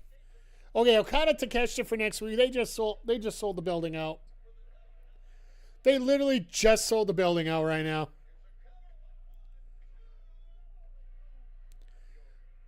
Okada Takeshita, that you could put that as a main event and say thank you very much, goodbye. So that's officially our first match booked for Double or Nothing.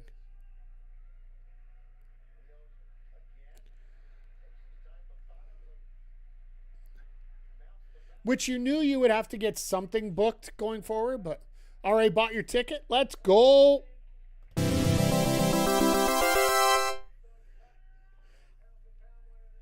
Give you the old WrestleFest win there.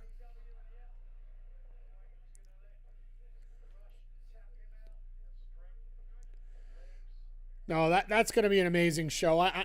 AEW's earned that respect to know that.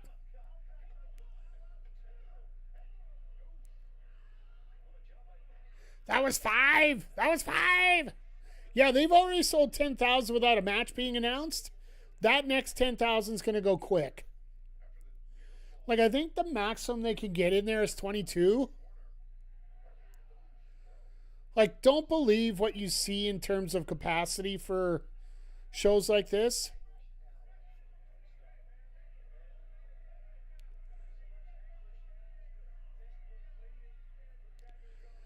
I thought Knox would be going after Garcia instead of...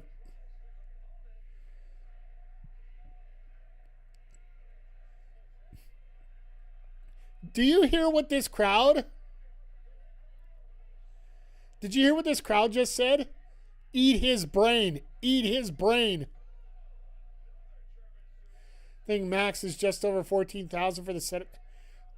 I believe the first time that they ran there, they said they did 22.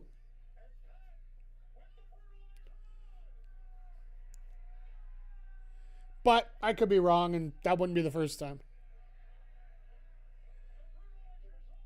He's out.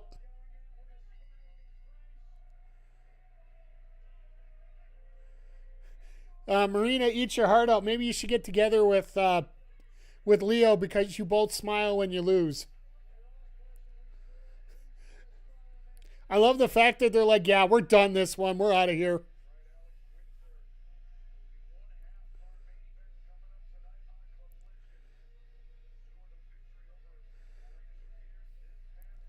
Pac, you won. You survived. Now get the hell out of the area.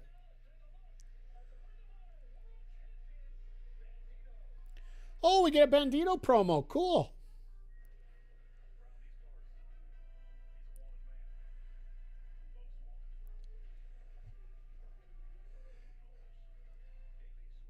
Many people believe he had the match of the year last year in AEW. And it wasn't even in AEW. Okay, it's a different stadium. The big stadium's being renovated. Okay, that makes sense. Okay, that makes total sense. My apologies, DLW. I wasn't aware of that. But yeah, 14 grand. They'll sell that out in a heartbeat now.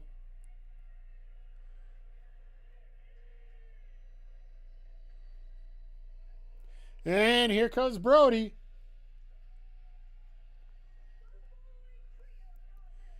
What shirt does he have on this time? In 2021, they got over 20,000. Yeah, that's what I thought. Brody King in a ski mask? He always comes out in a ski mask.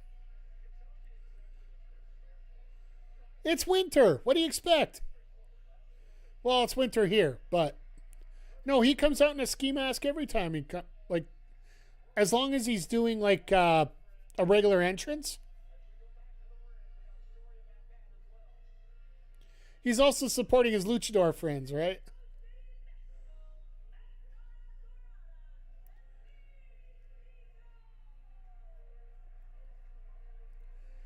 I'm assuming this is an already in the ring match.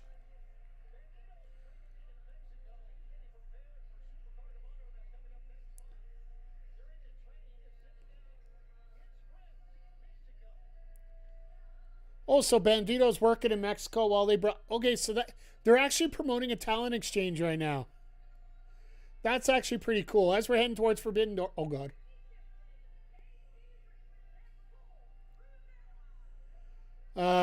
Yeah. These guys look like they're going to get ripped apart.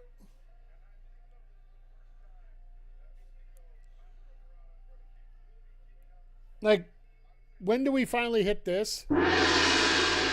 I forgot that we had a gong here. I wonder who's going to... You know what? I don't mind these already in the ring matches. Like, so for those that are new here, and we've had a bunch of new people pop in tonight, I've noticed. First of all, welcome. Great to see you all here.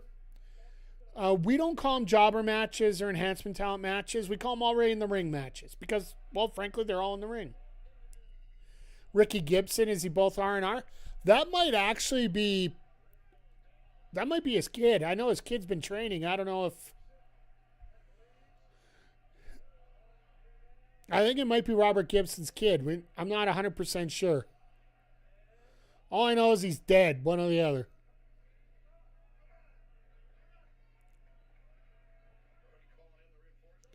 And Aubrey's like, we're only supposed to have one guy at a time, please.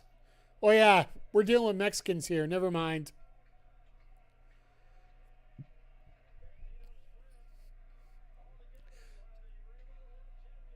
Ow. Ow.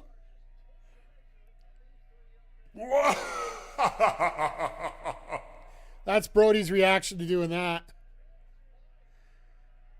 Mystico gets the double shot. And Dorada. Mystico, why are you standing there? Get two guys. Put them together.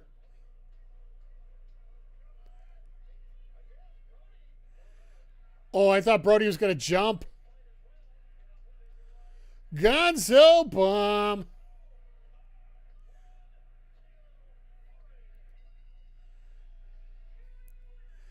And Brody's like, come on, we gotta finish this up in a hurry.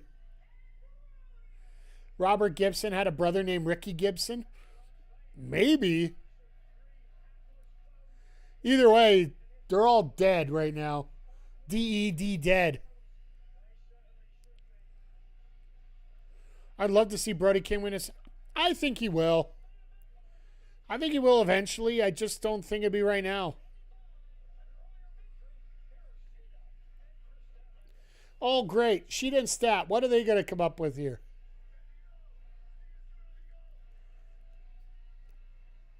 Shout out to Bandito by Brody.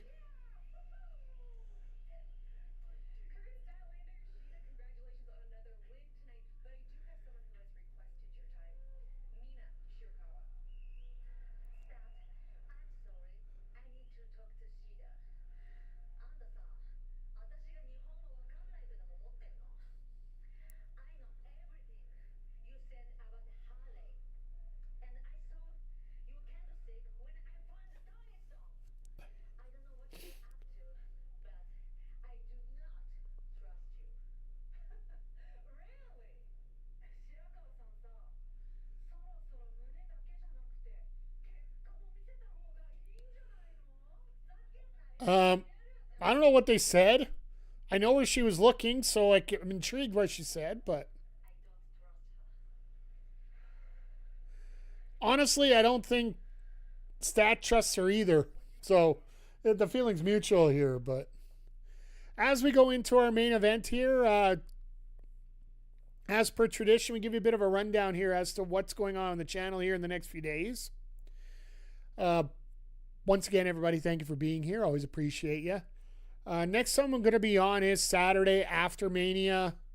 We're going to get on a little Fortnite. I'm going to download the Liv Morgan character, and we will go a little pew-pew with a little live. And Sunday after Mania, probably pop in with a little MLB The Show. Getting us back on schedule here. Michelle the Ref just made the major leagues today. And we will see how far we can take her in terms of maybe being an all-star at this point, because right now we're 10 for 10 in save opportunities. So it's a pretty good start. We are with the Twins, which, let's face it, the Twins suck. But we'll see how that goes. Monday, no stream. Tuesday's TBA. Wednesday, we will be back here with AEW Dynamite. And as I mentioned before, Backbreaker Pro Evolution will be immediately following AEW Dynamite. So make sure you stop in, say hi. The wrestling will be associated over on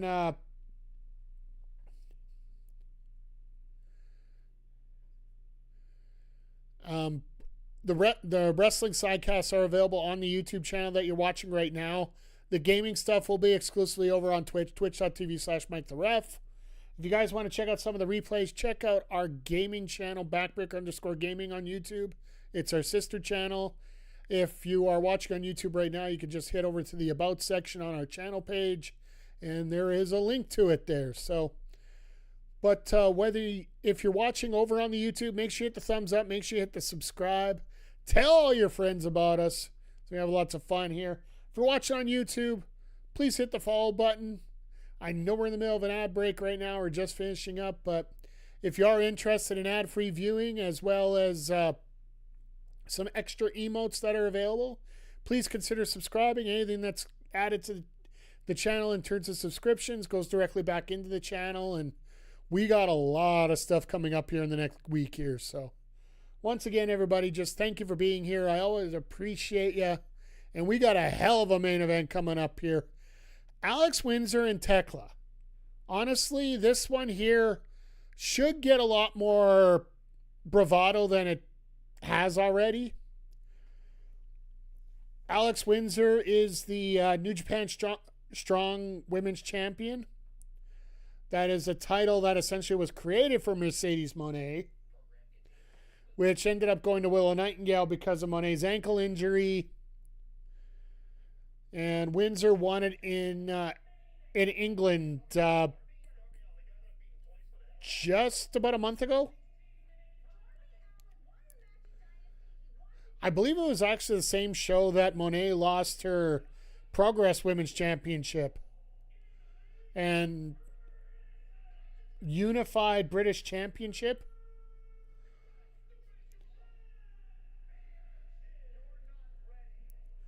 They are doing a hell of a job with this promo packages now. And this is just another example of it here.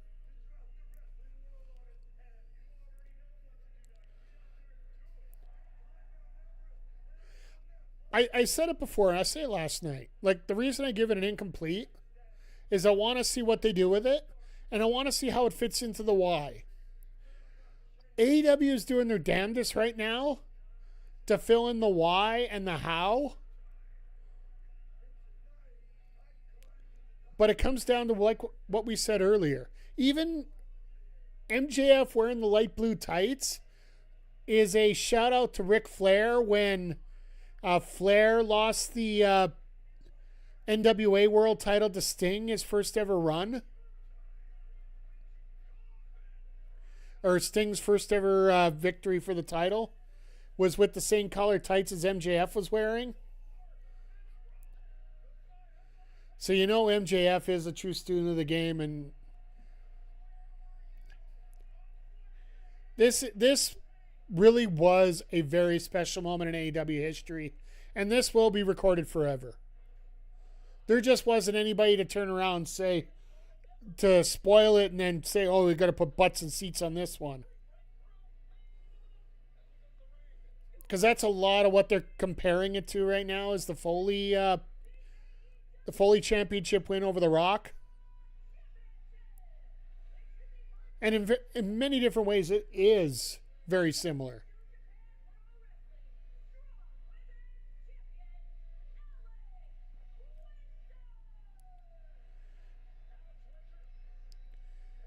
I find it interesting Windsor's wearing her Brawling Birds gear instead of her own gear tonight.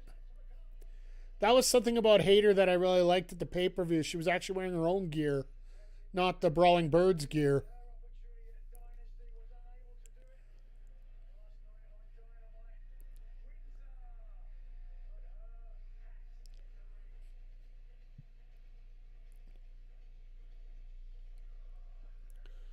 But this is going to be a fun match. You know what's funny about that, Lone Star? And let's not deny it. That is a fact of life. But in many ways, Windsor has been trying to keep that so quiet. Of course, Thekla brings it up in the feud, but for the most part, she hasn't said anything about it because she wants to prove it on her own. And honestly, when you watch her work, you can see where she's earned it, not just got it because she's Ospreay's fiance. And in many ways, you can see a lot of relationships leading to some extra doors.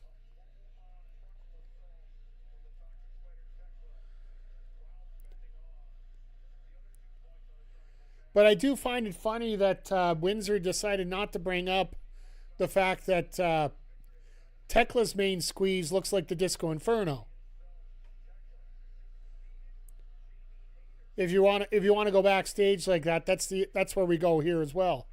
Like Clark Connors is with Thekla right now.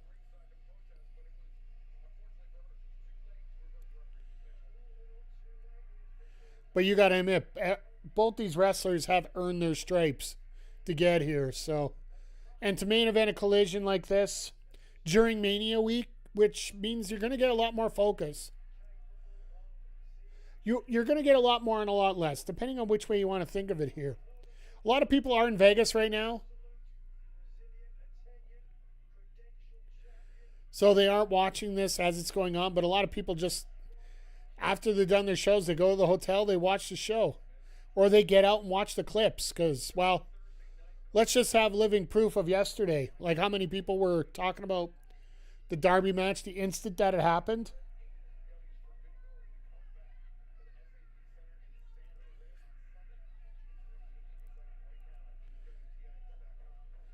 But the fact Windsor's there, they're actually showing they're showing the Forbidden Door graphic, which, if people didn't know, and we talked about it yesterday a little bit here, for anybody that thinks that it was intentional that the release was yesterday and the whole running the same night as TNA and whatnot, AEW is not going to... The AEW is not going to advertise their show until a WWE show's done from there. Like, for those that don't know, this week, I believe it was Raw that was in San Jose. And why would you advertise your show where people would go immediately to a website where tickets are sold for that venue and buy the first wrestling ticket that they see? And the first wrestling ticket they would see would be the Raw that night. Because I think a lot of people forget. Like, we all love wrestling. We're all here. Say what you want. I don't think anybody here is honestly on my channel here to hate watch. Maybe one of you, but that's on you. Just make sure you're subbing on Twitch if you're going to hate watch me, all right? But in all, by the way, I will throw this out there for that. That joke fell flat. I'm sorry. But a lot of people forget that a lot of people, when it comes to wrestling, they don't watch it as intently as we do. There are wrestling fans that just, they'll watch it when it comes in the area, and that's about it, because they just don't have the time or the finances, or more often than not, it's time. Like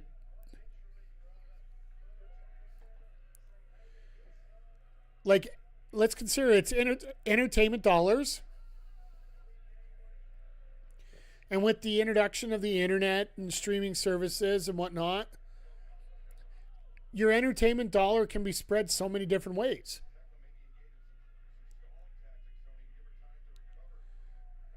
But this match right here is going to be a great example of what you can do to promote your product here, especially with the women's wrestling. I do love the Thekla gimmick. If you guys aren't familiar, the going out gimmick for Thekla out of Stardom, she physically attacked the owner of Stardom and got fired. And when I mean she physically attacked, I mean she beat the living shit out of that promoter.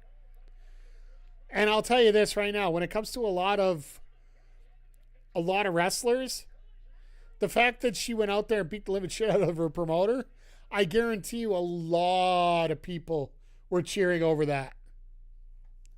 Just in general, just because you always want to beat up your boss, right? Like, one of the most famous wrestlers in history came up, basically got his big break on the ability to beat the crap out of his boss. And that character is also available in Fortnite as of right now, so just a quick reminder. But, as we're... And then Windsor just coming in and getting that extra title. The time that she's been able to work with Jamie Hayter, I think, has been a real big boon for her. Because Windsor, when she came in, a lot of people thought that she was good, but they really didn't know who she was or what kind of personality she had.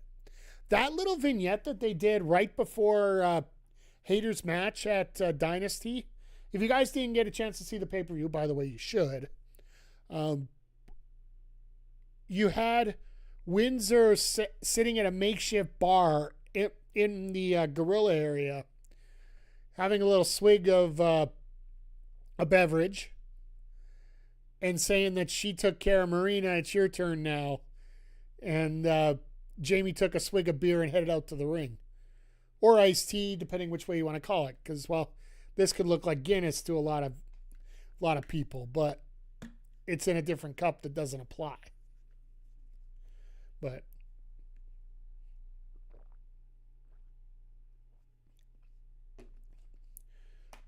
But it's the biggest thing right now is just the fact that people need personality to grow with each other. You need a reason to want to give a damn about somebody. And that's a lot about what's going on with Darby right now, and the fact that he won the title. It's because a lot of people wanted to get behind him. A lot of people are supporting him. A lot of people want to see him succeed. And the reason it's so polarizing for a lot of people is many people haven't got invested that way, or the investments seem to disappear when they see the action in the ring. So it's a little bit all over the place. Saw something on socials that'll blow my mind.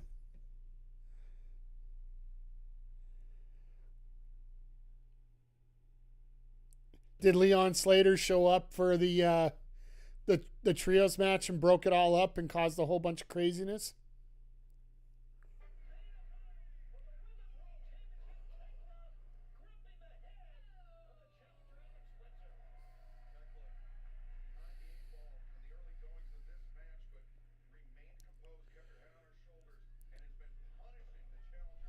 All right, I'm going to take a look at this real quick. Oh, no, I saw this earlier tonight. If you guys didn't see it, Hollywood, Wrestling invaded Hollywood again tonight, but not in the same way you would think. Paul Walter Hauser, who actually was working a Progress show earlier today, and I do believe he's working Maple Leaf Pro tomorrow, where he's having a match without honor against QT Marshall. This essentially is a rematch for what happened during the Philadelphian service, that Ring of Honor show that was there. I forget which show was at the ECW arena when they were down there for Ring of Honor. It might have been another Supercard for all I know. Oh no, it's Death Before Dishonor. That's what it was. Because there's a whole bunch of controversy about the date getting changed away from WrestleMania weekend. And then they moved the date. Then they moved the shows, inverted them in terms of order. So it got even more screwy at that point. But now instead of doing a Ring of Honor show that weekend, there's a Maple Leaf Pro, which Maple Leaf Pro Wrestling has struck a deal to work with AEW as well as CMLL. So they are sort of involved in this as well, but in terms of talent, they don't have like a signed roster itself. So you can't really, like right now, currently Stu Grayson is their world champion, their interim world champion, because their permanent world champion is Josh Alexander, who's currently out injured right now.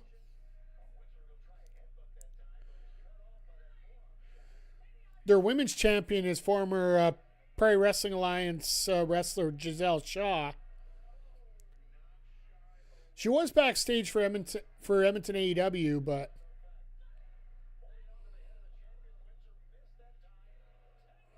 willing to bet Scott D'Amore is on the booking team for AEW.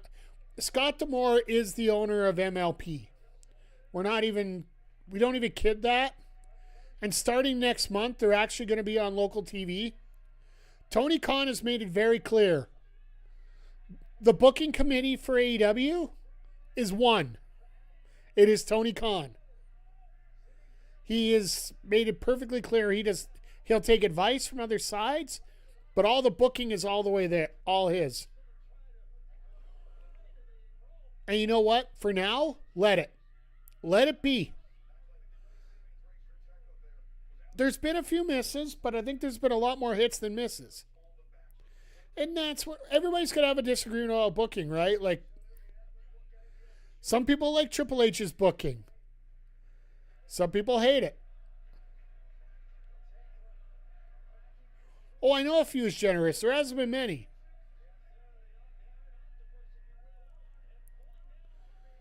There hasn't been a ton of misses there right now, and AEW is running high. Why would you change stuff when it's going good? Well, when the person you plan to have as champion decides to talk to the doctors and they decide together that I can no longer wrestle anymore and you're just trying to recover from it, it's going to take a few months to figure that booking out when you're dealing with your top title of your top company. So I'm not giving them a pass because some of that stuff was egregious. The Hollywood ending versus Cope and Mox in a main event. I don't need to say any more about how he screwed that up. Some people like Triple H's booking so much that they sabotage it.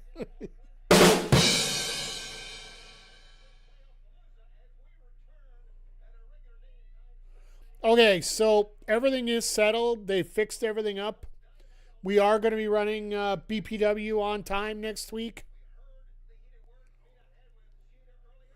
We got Shida and Shirakawa. All right, I'll take that.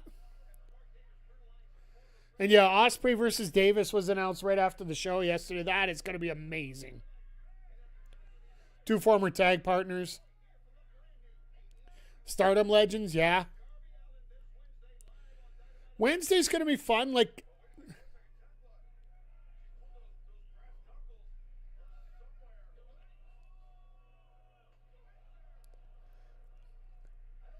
what is Thekla?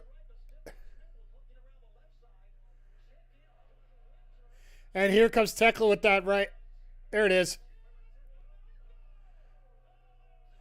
All right, yep, no, there's the Knuckles. That'll end it. We're going to finish this real quick.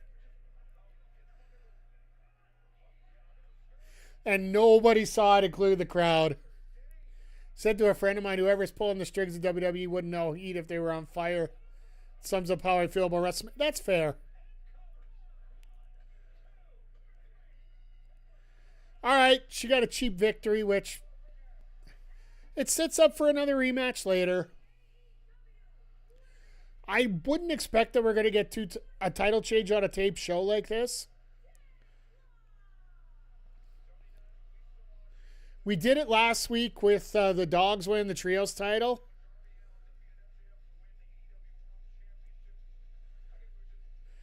Mainly because they wanted to get the title on Kyle O'Reilly on the pay-per-view and they didn't want to go face-face for it. Got a school that say made Grand Slam Arthur Ashe into Double or Nothing. Yeah, absolutely. Because I think they want to use Grand Slam as an international thing, not a local thing. Love Thekla's hand motions and movements she does. She is probably one of the most polished wrestlers. Hello. Cameraman, you got to focus a little better. All right, Lone Star, great to have you here, and we'll hopefully see you next Wednesday for Dynamite, if not sooner. Please make sure you hit the thumbs up if you're on your way out here. It really does help out the channel. So, yeah, tonight, really solid card, really fun night tonight. Have you seen Thekla versus Mariah May? Found that here a few days. I could just imagine, like, Thekla is another level for a lot of people. TK wanted to do a pay-per-view in Queens for a while. The timing worked out. Absolutely. Why would you not want to do one in New York? Especially with everything that goes on right now and all the politics involved and everything. Why wouldn't you want to do a show? Why wouldn't you want to do a show in New York? TK's about making statements without making statements. It's a little cheap sometimes, but it's still a fact. Blake is killing NXT? Absolutely. It's going to be interesting to see how that coffin match goes. Because I'm thinking they're doing that next week.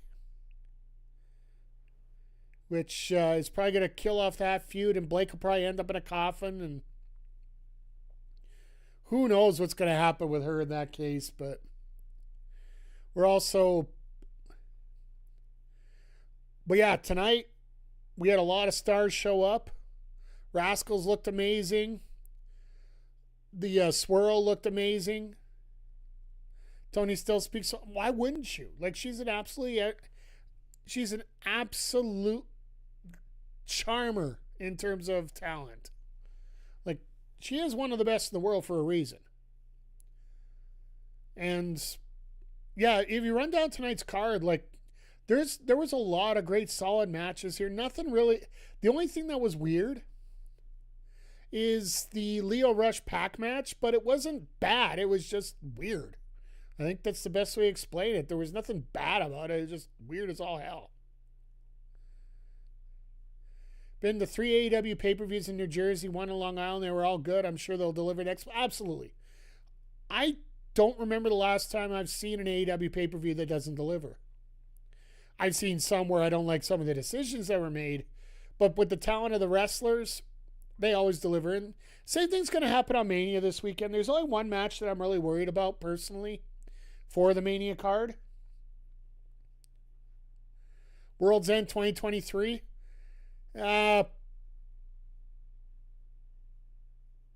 Even then, they're at least usually good. Yeah, that's what I mean. Like, and that's something I even saw on like this past Sunday with Dynasty. Did I think it was great? That's a local one you didn't go to. That's fair. But yeah, all in all tonight, I'd say, like, they've already got their first match announced for Double or Nothing, and it's probably the one match that everybody's going to want to buy tickets to go watch, right? I will say this. You say World's End 2023. I'm going to go with Jay White, MJF Full Gear.